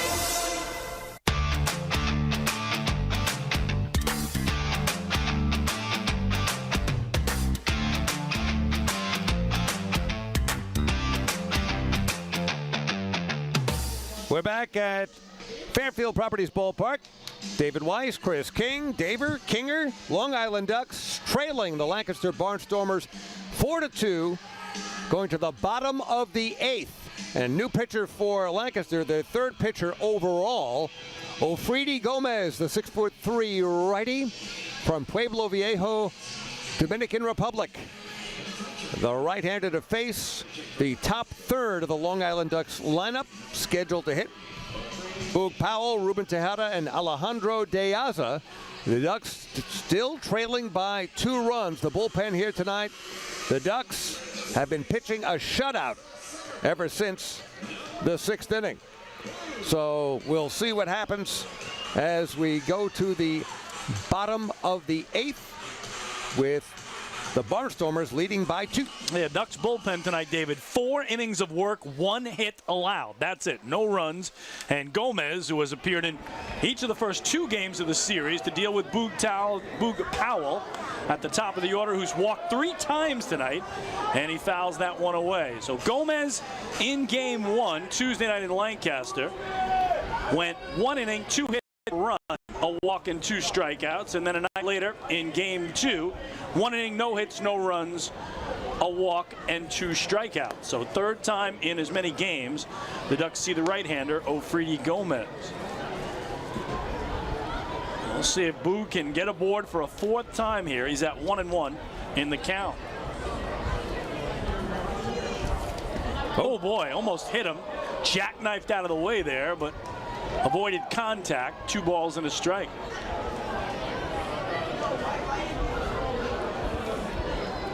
Powell also had a walk in game 2, so now 4 walks in the last 2 games for Boo. Gomez 2-1. Off the plate, 3-1. Well, the last thing Gomez wants to do is walk the table setter for the Long Island Ducks, Boog Powell, followed by Tejada and De Aza, and cleanup man Sam Travis. But it's exactly what the Ducks want. 3-1. Oh boy, tried to hold up there, I think, David, and just went around, and the count full. Yeah, that was diving in on the hands of Powell and just unable to check the swing. And Powell played 59 games in the big leagues with the Mariners and the A's. Just trying to get aboard here for Long Island, trailing 4-2 in the bottom of the 8th. Must-win situation tonight for the Flock. A loss and the season's over. The payoff is slash foul back behind home. We'll do it again. Good fastball from Gomez. Good swing from Powell to stay alive.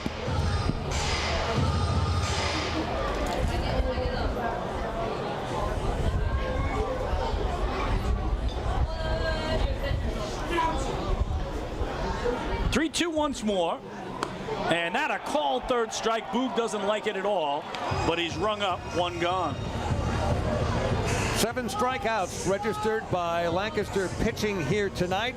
Big first out here in the top, or make that bottom of the 8th. Ducks have not been swept in a playoff series since 2017, the Atlantic League Championship Series, where they lost to the York Revolution, losing a pair of games here, each by 1 run, and then losing a 1-run game in York. So we'll talk about a tough way to go, David. Swept out of the finals with 3 one-run losses. Out. Showed you how evenly matched those teams were. Yeah. Here's Ruben Tejada. He takes a strike. He's driven in one of the 2 Duck runs tonight with a double down the left field line back in the 5th inning that brought home Brantley Bell. Prior to that, he flew out to right and struck out swinging. So Tejada now 4 hits in the series. Takes another strike as Gomez comes right at him, 0-2. Boy, what a difference when you're pitching with a 2-run lead and nobody on as compared to tying run at the plate. Coming right after Tejada. Gomez picking up where DiSabatino left off. This one taken the other way to right. That's going to get down for a base hit. So Ruben Tejada, his 2nd hit tonight, his 5th of the series, and the Ducks will bring the tying run of the plate in Alejandro De Aza. The former big leaguer with a major league type of at-bat. Just inside out, swing, and going the other way just to get on. Not hit hard, but placed well in front of right fielder Joseph Carpenter. So we talk about bringing the tying run to the plate. That's all you want is a chance, and De Aza will do the honors at the plate. Again, tonight Alejandro has lined out, flied out, and grounded out. He's 0 for 3. Lined into a double play that ended the 1st inning. First hit off the bullpen tonight for Long Island as that one's fouled away. DiSabatino again saw 6 hitters, went 6 up, 6 down, 3 strikeouts, 2 flyouts, and a pop out. Not bad. So 2 innings out of him. And now to Gomez to try to get through the 8th and keep the lead where it is.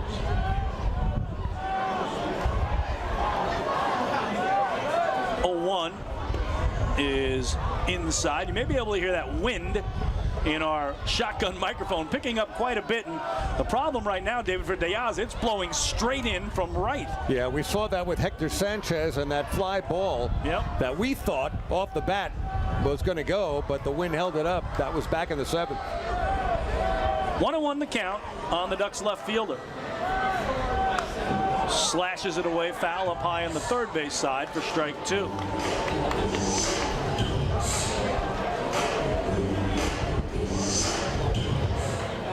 And Ducks have never led at any point in any of the 3 games in this series. Come from behind baseball, just not the way to go. Not in the postseason. 1-2. Did he get a piece? He did. Fouled down at the plate just to keep himself alive.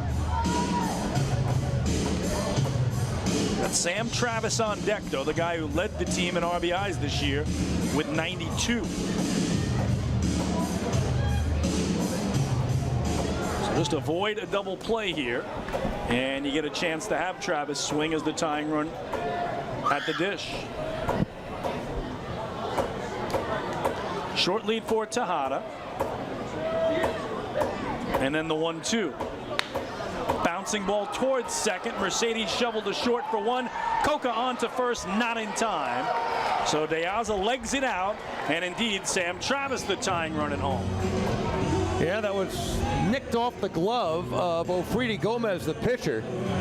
And maybe that difference of just maybe a half mile an hour in exit velo. And Mercedes with the flip to Coca, but with the speed of De Aza, even at age, what is he? He's well into his 30s. 39. 39. We mentioned it earlier tonight. Legged it out, was busting it down the line, and he is aboard. So Travis now with the possibility of tying it at the plate if he goes long. 19 homers this year, second on the team. 2 of them against Lancaster pitching. So here's Sam. He doubled and scored back in the second, reached on an error, and struck out swinging. Big moment here because he can tie the game with 1 swing. Gomez first pitch, strike 1. Sam incredibly played 119 of the 126 games in the regular season this year. And David, I think before he got injured, it was 94 for 94. I believe that was the number. Could not get him out of the lineup. Not at all. Takes off the plate there, 1-1. Several conversations about it with Wally Backman saying, couldn't you have sat him the night after you clinched the first half title? Couldn't you have sat him the day game after a night game? He goes, Chris, I've tried. He won't come out. He goes, the only concession he'll give me, he lets me DH him. That's it. But he will not sit out a game. He just won't do it. Former Red Sox here at 1-1. And he tags it into center field. Sandoval hasn't played perfectly, though, and he puts it away to retire the side. So for Long Island, no runs a hit and 1 man left. It's getting late in CI. We go to the 9th. Still 4-2 in favor of the Barnstormers.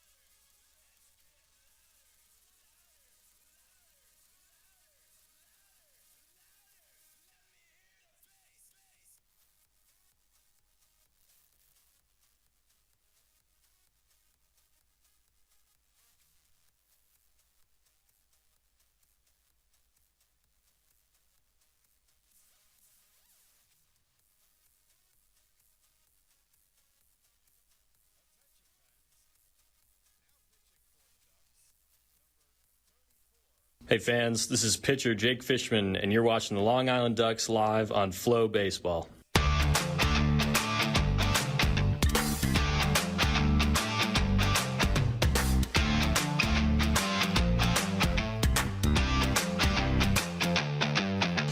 Fairfield Properties Ballpark. David Weiss, Chris King, Long Island Ducks trailing 2-0 in this best-of-5 North Division playoff series, and trailing in this game 4-2, top of the 9th, and now being asked to keep that deficit At 2 is the 6th pitcher of the game for the Long Island Ducks, former Major Leaguer Al Albuquerque, the 6-foot right-hander from Port St. Lucie, Florida, enters the game. It's his second appearance in this series. He came in the second game against the Barnstormers in Lancaster. 1 inning of work, gave up 1 hit, 1 run, struck out 1, gave up a home run along the way. Albuquerque was 6-1, making 50 relief appearances during the season, an ERA of 3.65, and he's in there right now, top of the ninth. And top of the order. Tough task to keep Melvin Mercedes, the best leadoff man in the league, off the base paths, but he starts him out with strike 1. Tonight, Mercedes 0 for 2 officially, but he has drawn a pair of walks and stolen a base. So 4-2 Barnstormers as we begin the 9th. Ducks season on the line here. They must put up a 0 and get at least 2 in the bottom of the inning to keep the season alive. In 23rd season of Ducks baseball, 25th anniversary season for the Atlantic League. This one in the center field. Boog Powell, perfectly positioned, puts it away for out number 1. Hit well by Mercedes. They held him hitless, along with those 2 walks here tonight and a stolen base. But keeping Mercedes off base here in the 9th, that's job 1 and accomplished. So to Jason Coca, he is 1 for 4 with an infield single to short, as Albuquerque watches him get ready. Now the righty from the middle of the rubber gets a line shot the other way into left field, and Coca a 1-out runner. So 2 hits for Coca tonight, and he can absolutely fly. We've given his numbers previously when he got on back in the 4th, and worth repeating, 37 steals, caught stealing only once during what Vin Scully used to call the regular year. I never heard that until Vin used it, and I like that though. I like regular year. A regular season, I've heard, but regular year. That's what he always said. That's the difference, right? All right, Andretti. Come on, folks, pull up a chair. The ramp. We're just getting started. Here's Andretti Cordero for the Stormers, and taking off immediately is Coca as they play a little hit and run, and he dumps it into right center field. Coca is going to get the big stop sign at third, and the Barnstormers, back-to-back 1-out singles, are set up here now with runners at the corner. And that is one big uh-oh for the Long Island Ducks, trailing by 2. Their relievers, all 4 of them previously pitching a shutout, but Al Albuquerque has some work to do here with 1 down. Infield double play depth. You mentioned, David, the 1 home run he did allow in his previous outing was to this guy, Wilson Garcia, in game 2. Garcia took him out for a solo homer to right in the bottom of the 8th at Clipper Magazine Stadium that made it 5-1 Lancaster. That was the final score. So Garcia rips it foul here down the right field line, and he's quickly down 0-1. Cordero a threat to run at first with 12 steals and 15 tries in the regular season. And the guy at third, again, Jason Coca, 37 steals, caught once. So Ross Peoples really want to put the pressure on the Long Island defense here. Could send his runner at first just to see if the Ducks throw down to second, with the threat of Coca charging home from third if they do. 1-1 is just inside for ball 2. One thing does play to the Ducks' advantage here. Wilson Garcia, not one of the speedsters for the Barnstormers, can be doubled up. 2-1 the count. And this one's skied foul, 2-2. So Cordero with that single. He was the first player, David, in Atlantic League history this year to make it back-to-back seasons of 100 or more RBIs. Had 118 last year, 116 this year to lead the league. So a little history for Andretti Cordero. And now that one missing inside, and now I think they're going to send him with 1 out and the count full. Yeah, you would think so, and as you mentioned, you put Cordero in motion, and you still have to keep an eye on speedy Jason Coca at third. Cordero had the longest hitting streak in the league this year as well, an 18-gamer. So let's see if he goes here on the 1-out payoff. He doesn't, and that one is ripped foul down the right field line. will do it again. So big moment here for Albuquerque and Long Island, David. They've got to keep this in striking distance because the Barnstormer bullpen has been lights out in this series. Even the 2 runs will be tough for Long Island to climb back, but any more and you're really making it a tough task. Here's the 3-2 again. This time he goes, and it's up high, ball 4. The bases are loaded for Ariel Sandoval. So that pushes Cordero to second base. Garcia on first. Coca standing there at third. And what a moment for the Ducks and Al Albuquerque. Now, of course, force play at any base. Ducks playing for the double play. And a trip to the mound forthcoming from Louis the Machete Rodriguez, pitching coach for the Ducks. So while he does that, we'll check in on the South Division Championship Series. Again, moving tonight to High Point, North Carolina. First 2 games in Gastonia split. And it is now 11-8 Honey Hunters as they play in the 8th inning. So 19 runs on 25 hits. The 2 North Carolina teams going toe-to-toe. And David, again, last year it was High Point winning Game 5 to go to the finals, only to be swept by Lancaster. You just have a feeling no matter what happens, this one's going 5, right? That's another 5-game series. I don't think anybody's winning it in 4, which is what it has to go at least now, tied at 1 apiece. And you've got Lancaster wanting to finish off the Ducks here and get a little extra rest. Right, that's a great point too. Let those North Carolina teams beat each other up. Absolutely. So here we go. Bases loaded, 1 out for Sandoval. 0 for 4 tonight and 1 for 11 in the series with a single in Game 1. That's it. Albuquerque, no place to put him, and he misses ball 1. Jason Coca the third, Andretti Cordero at second, Wilson Garcia at first. Another one off the plate, 2-0. Oh.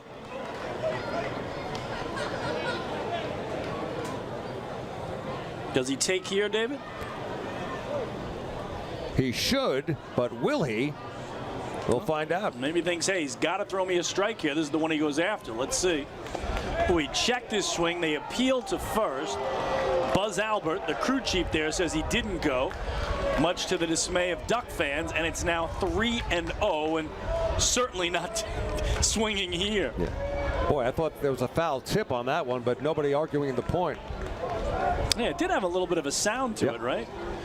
Guess it was just hitting the glove of Hector Sanchez. 3-0 as Albuquerque's going to step off here and ask Sanchez to roll through the signs once again. Stating the obvious, no place to put Sandoval. And the count 3-0 with the bases jammed. Here's the take, and that is ball 4, and will walk home a run to make it 5-2 Barnstormers. As trotting home from third is Jason Coca. Wow.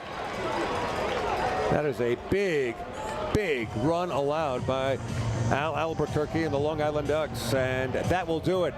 Skipper Wally Backman already signaling for another pitcher. Will be the 7th pitcher of the game for the Ducks on his way in. With just 1 down, the base is still loaded, and now a 3-run game. The Barnstormers ahead 5-2. When we return, Ducks trying to put out this fire. Hey fans, this is pitching coach Luis Rodriguez, and you are watching the Long Island Ducks live on FloBaseball. At Catholic Health, when we see our island, we see extraordinary life. The most extraordinary of which is you. It's because our Catholic faith places the highest value on people, all people. It's the inspiration for our exceptional medical care and compassion. And it's why at Catholic Health you're more than a patient. You're someone's family, best friend, and a neighbor to us all. Long live Long Island. Sayville Ford, the no-fees dealer, has been family-owned and operated for 65 years. Visit their spacious showroom to choose from a giant inventory of new, pre-owned, and commercial vehicles with a free 10-year, 100,000-mile powertrain limited warranty included. Some exclusions apply. Plus, they offer top dollar for trades, and their service department is open until 1 a.m. on weekdays. Sayville Ford, Long Island's Ford giant, is conveniently located off exit 50 on Sunrise Highway, or visit SayvilleFord.com for more information.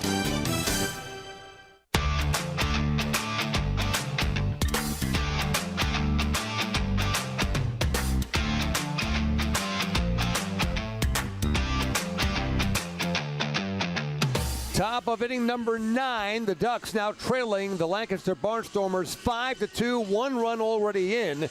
To describe Al Albuquerque here in this ninth word, yikes. A line drive off the bat of Melvin Mercedes to center field. That was followed by 2 singles and 2 walks. Add it all up, and the bases are still loaded with 1 run in.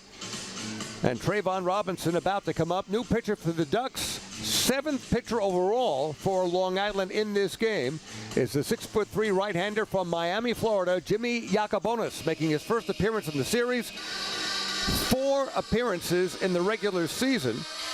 An ERA of 9 as he gave up 4 earned runs in 4 innings pitched, striking out 4 and walking 4, the magic number for Jimmy Yacobonis, and not what he's looking for here in terms of pitches over the plate. 4 more balls, 4 more pitches outside the strike zone, and another run comes in. So Trayvon Robinson in, still just 1 out here in the 9th. And the first pitch from Yacobonis way up and away for ball 1. Again, he's had a terrific season, Yacobonis, in the Mets organization. He's made the tour of New York State, David. AA Binghamton, AAA Syracuse, and then made it up to the Mets earlier this year for 7 games. So quite a job by Yacobonis. And Ollie Backman told me before the game I'd have no problem going to him. He said he was rough a little bit early, but he really liked the way he settled down. Again, made his Ducks debut September 6th at Spire City, Frederick, Maryland, against the Ghost Town. So veteran of 78 games in the big leagues with the Orioles, the Mariners, the Marlins, the Rays, and then the Mets this summer. 1-1 the count after the strike. And now the pitch. Low and in, 2-1. So Coco scored on the bases loaded walk. Cordero to third, Garcia to second, Sandoval to first. And Robinson, who's 0 for 3 with a walk, an RBI and a run scored, the batter. Barnstormers trying to add some huge insurance here in the 9th. 2-1. Ooh, looked like it had the plate. Must have been low. 3-1. It was close. But that doesn't count except in horseshoes. So here we go. Another key moment and key pitch. Only going to turn himself loose here on a 3-1 offering from the right-hander. He takes, and there's a strike, and the count now full. So clutch pitch from Yacobonis. But now Robinson, the DH, trying to add to this 3-run lead in the 9th. Long stare into Hector Sanchez before coming set. And the 1-out payoff on the way. Slashed away foul high up on the third base side. We'll do it once more. Strength against strength. Robinson a good fastball hitter. Yacobonis just going with pure heat at this moment.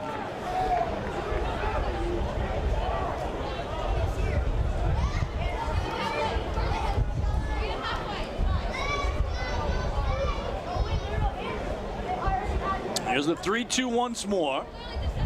And that inside ball for a second straight bases loaded walk by Long Island adds a 6th run for the Barnstormers.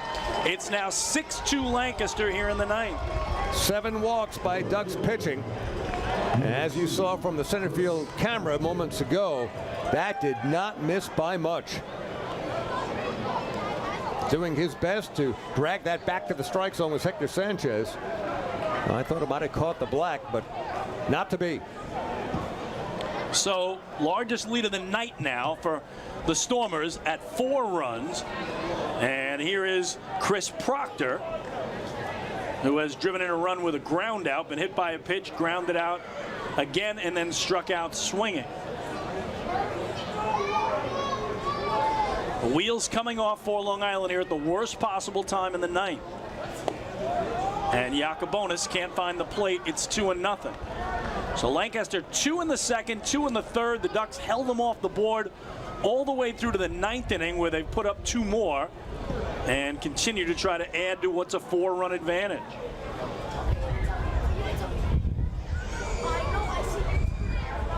The 2-0.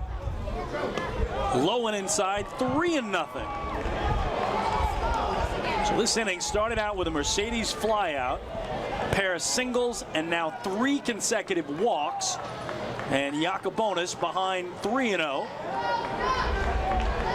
Have a conversation here with home plate umpire Freddie DeJesus.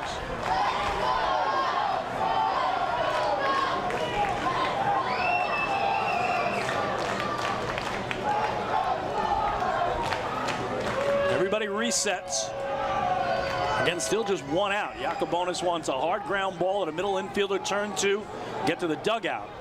He does get strike 1 there. We get the hand from the crowd as Proctor looks back and has a few words for home plate umpire Freddie DeJesus. You got the strike 1, now deal 3-1. And that taken the other way into left field. That's going to be a base hit. Garcia will score as the Barnstormers add another. It is 7-2 Lancaster. Yep, Garcia crossing. Sandoval to third. Robinson to second. Proctor with an RBI single. Not hit hard, just well placed between Tejada at short, DeCarlo at third. And now a 5-run lead, and the bases are still loaded. For Sean Dunston, so it is now 6 straight hitters that have reached after that initial flyout by Melvin Mercedes. 3 walks, 3 singles. And Dunston popped out to third his only previous at-bat. Highest scoring inning of the night for Lancaster is the 9th now with a 3 spot up. There's strike 1 on the outer edge.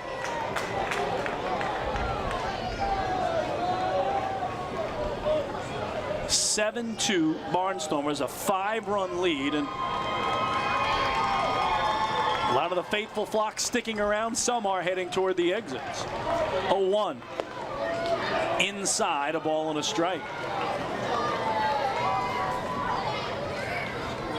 And Lancaster won game 1 9-5 Tuesday night at home. Took game 2 5-1 the next night at Clipper Magazine Stadium. To run their overall winning streak now to 8 straight games coming in. 1-1. Foul back. Again, Ducks won the first half North Division title. Barnstormers won the second. Lancaster finished the regular season with 6 straight wins. Ducks finished the regular season losing 5 straight before winning the season finale. So Ducks lost 5 of 6 to end the year, while Lancaster won 6 in a row, and that momentum has carried into the postseason for both teams, unfortunately, for Long Island. The 1-2. In on the hand, swing and a miss. He struck him out. Nasty breaking stuff from Yakubonis. 2 gone. And now an even dozen strikeouts for Ducks pitching here tonight. First strikeout for Yakubonis, obviously, is giving up a walk, a single, now a strikeout, and there are 2 down. First time tonight, the Barnstormers have batted around. Right from the top of the order, 1 through 9. They sent 8 men to the plate back in the second. Here's Anthony Peroni, the former Duck. Base is still loaded with 2 away. Righty-righty. And there's a strike. Peroni, an RBI single in the second, but since then a ground out and a pair of strikeouts, 1 swinging, 1 looking.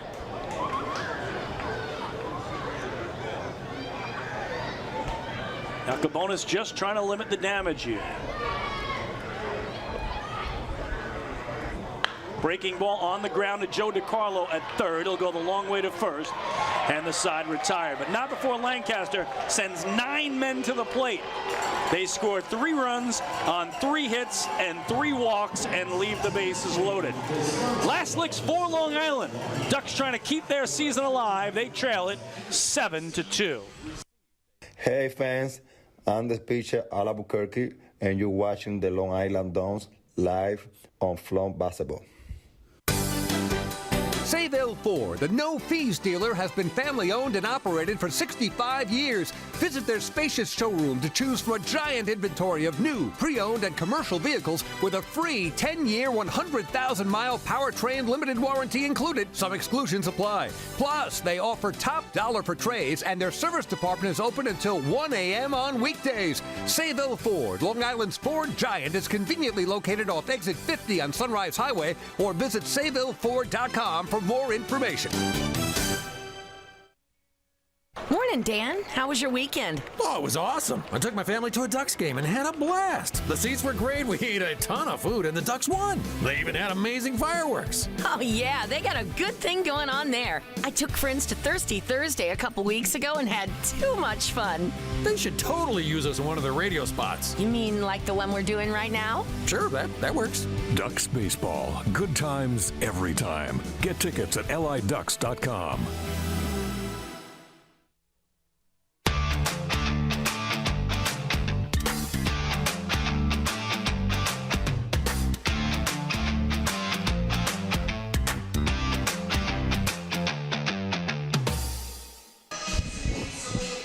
Back at Fairfield Properties Ballpark, David Weiss along with Chris King,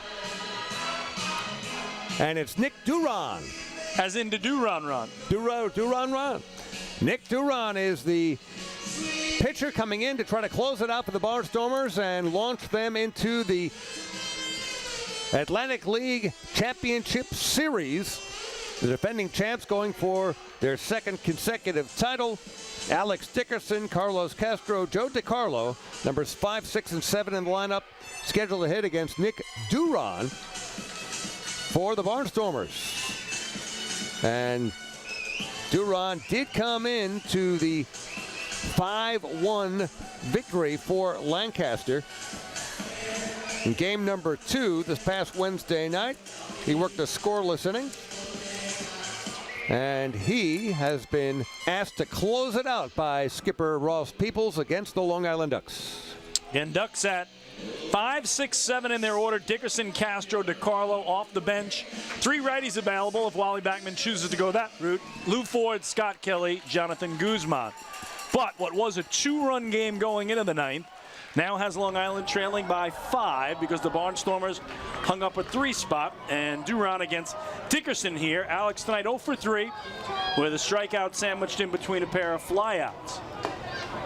There is strike 1. So lots of work to do for Long Island. Ducks' only way to win it is to waddle off. They did have 7 waddle off wins in the regular season, the last of which was against Lancaster here back on September the 4th. That one all the way through to the backstop. A ball and a strike on Alex Dickerson. Well, should this be Alex Dickerson's final at-bat of the season? What an outstanding season he had. Absolutely remarkable in every regard. Fans voted him MVP, and we told you earlier the league let us know that he was the only player in the Atlantic League to finish top 10 in batting average, home runs, and runs batted in. His exact numbers for Alex: .314 average, 10th best, 26 homers, tied for 7th, 91 ribbies, 8th in the circuit. Down in the count 1-2. The heater up high to even it up. It's been an outstanding season for several Lancaster Barnstormers individually and across the league. Not an easy choice for Player of the Year in the Atlantic League, but I think Alex is in the discussion. No doubt. The fact that, again, he's top 10 in all those categories, but just don't know, again, high enough for where he's going to get that award. Here he hits a little worm burner to second. Mercedes to Garcia, 1 gone. Again, you look at where he ranks: 7th in homers, 8th in RBIs, 10th in batting average. So I have a feeling, David, they'll give it to somebody else who's a little higher in those departments, although not across the board in all 3 categories like Alex is. Well, I'll give you another category, too. He plays a terrific right field. Yep, he does. He's been great, man, absolutely great all year long. So 1 away. Here's Carlos Castro. 0 for 3 with a pair of strikeouts and grounded into a double play. Righty for Duran.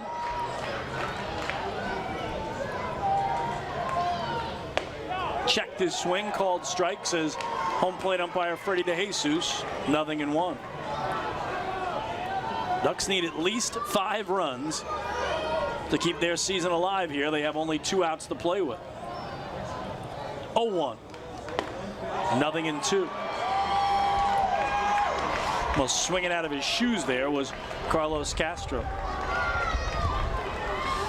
Castro, the best hitter in the playoffs coming into tonight. He was 4 for 7 in the first 2 games with a pair of doubles, a pair of singles, and a run scored.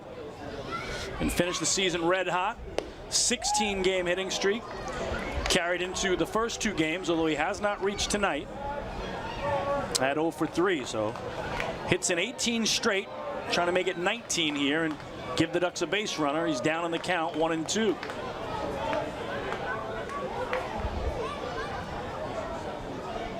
Late decision to swing, boy, and he just fought it off to keep himself alive. Want me to cheer you up, Chris, as a Yankee fan?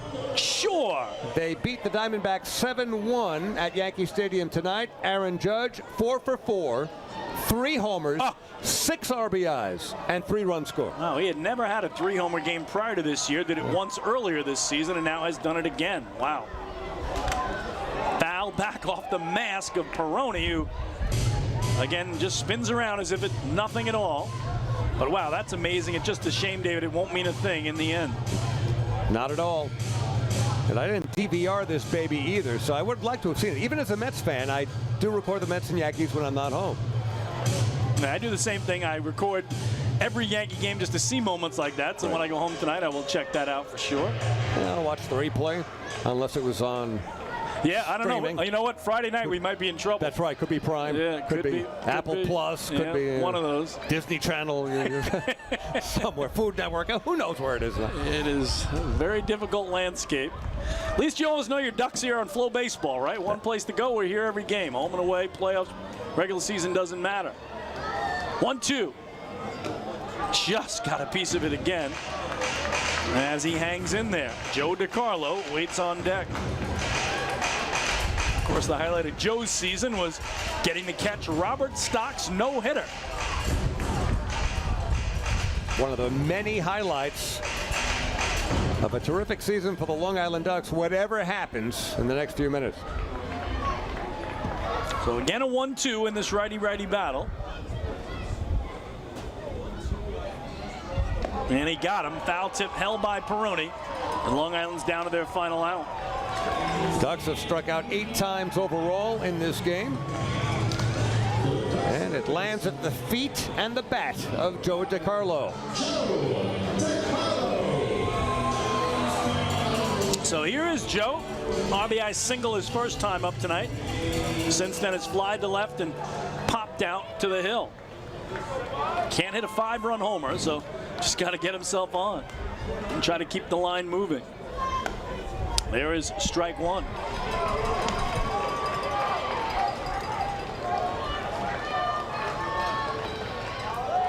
Brantley Bell in the on-deck circle, hoping to get one more crack to hit tonight. 0-1. In the air to left. Proctor backing up on it. It's over his head and off the wall. Takes a good carom as well. And that will be a double for Joe DiCarlo. One of the hardest hits of the night for the Long Island Ducks. And it comes with 2 down and nobody on. Ducks trailing by 5 in the bottom of the ninth. But DiCarlo smacking it over the head of Lancaster's Chris Proctor. And the Ducks are still alive.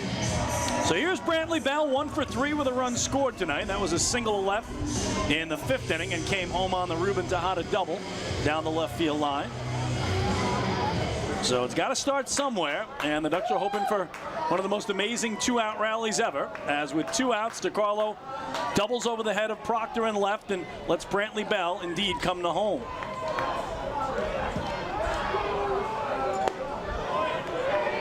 Duran misses there with ball 1. Hector Sanchez, the 9-man, blowing into his hands, which even have gloves on in the on-deck circles. That tells you just how chilly it's getting here at just a few minutes past 10 p.m. in the East. 1-0. Off the plate, 2-0. We have seen some very strange things and big comebacks here at the Duck Pond this season and in the 22 previous seasons. So stranger things have happened. Here's the 2-0 coming as Duran checks DeCarlo at second. And that slider missing away. It's 3-0. Yeah, that didn't miss by much. So absolutely, Brantley Bell will be taking this next pitch, if not the next two. Son of former big leaguer Jay Bell. Takes inside, ball 4. So Ducks have back-to-back hitters reach with 2 outs, and Hector Sanchez gets another try. And by the way, that was another First National Bank LI walk to first. So the Ducks not going quietly. Here is Hector. 0 for 3 tonight with a ground out, a pop out, and a fly out. Ducks trail by 5. If Hector could go yard, be a 2-run game. Put some scare into the visitors for sure. So DeCarlo at second, Bell at first. And here is Sanchez, the catcher in 9-man. Switch hitter, batting lefty against the righty Duran. And he misses here. So, David, they always say that last out's the toughest one to get, and it's proving to be true right here. I can hear Wilford Brimley now in the natural going, come on, throw strikes. Not right now, Duran squeezing it a little tight. And again, missing low and in. Sanchez gets on. The tying run is in the on-deck circle. As we said, the Ducks good to the last quack. Faithful flock started out 4,499. A lot of them hanging around, hoping to see the rally to end all rallies. 2-0. There's a strike.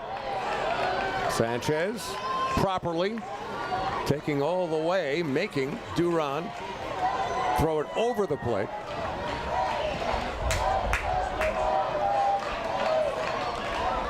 Crowd behind Sanchez, the 2-1. Little chopper toward first. Grabbed there by Garcia. He will step on the bag. And the Lancaster Barnstormers defeat the Long Island Ducks 7-2. They sweep the series. They are the 2023 North Division champions. And they will head to the Atlantic League Championship Series for a second straight year and for the 5th time in franchise history. Congratulations to the Barnstormers. You can see them mobbing. Nick Duran on the mound and hugging each other. A 3-game sweep for the Barnstormers. Just too much of them in virtually every category. The Ducks in the 9th inning. We're not about to go 1-2-3 with a DeCarlo double and Brantley Bell walk, but it just wasn't to be this year. The Ducks with a terrific first half and a dramatic way to win that first half championship in the North Division, edging out York on the final day on the final pitch. Yeah. They took their foot off the gas a bit in the second half, not as successful as the first half. But entering the postseason, Lancaster was hot, the Ducks were not, and that kind of followed through. So again, congratulations to the Barnstormers. They will move on to the Atlantic League Championship Series to face the winner of the South Division Championship Series between Gastonia and High Point. If it's High Point, they swept the Rockers a year ago in the finals, and now they do have some fans here, David, as we take a look behind the third base dugout. Some Stormer fans have come from Pennsylvania Dutch country to cheer their team on as they make it a 9-game winning streak overall and they've now won their last 8 straight playoff games dating back to last year. They are on a roll, and again, a decisive series win. They beat them by 4 in Game 1. They beat them by 4 in Game 2, and they beat them by 5 here tonight. So they will make their way off the field, and I'm sure that celebration will be on in the visiting clubhouse, and then about a 4.5 hour ride home tonight to Lancaster, PA, where, again, they will await the winner of the South Division Series. Some rough weather coming in, so Lancaster will get a chance to get home and stay dry and wait for whatever happens in the South Division. For the Long Island Ducks, it stings right now. You lick your wounds, but in retrospect, it was another fun-filled season for the Ducks and their fans. A return to the playoffs that didn't last nearly as long as all of us wanted to, but a great many highlights, team-wise and individual highlights, that we will look back on and say 2023 was yet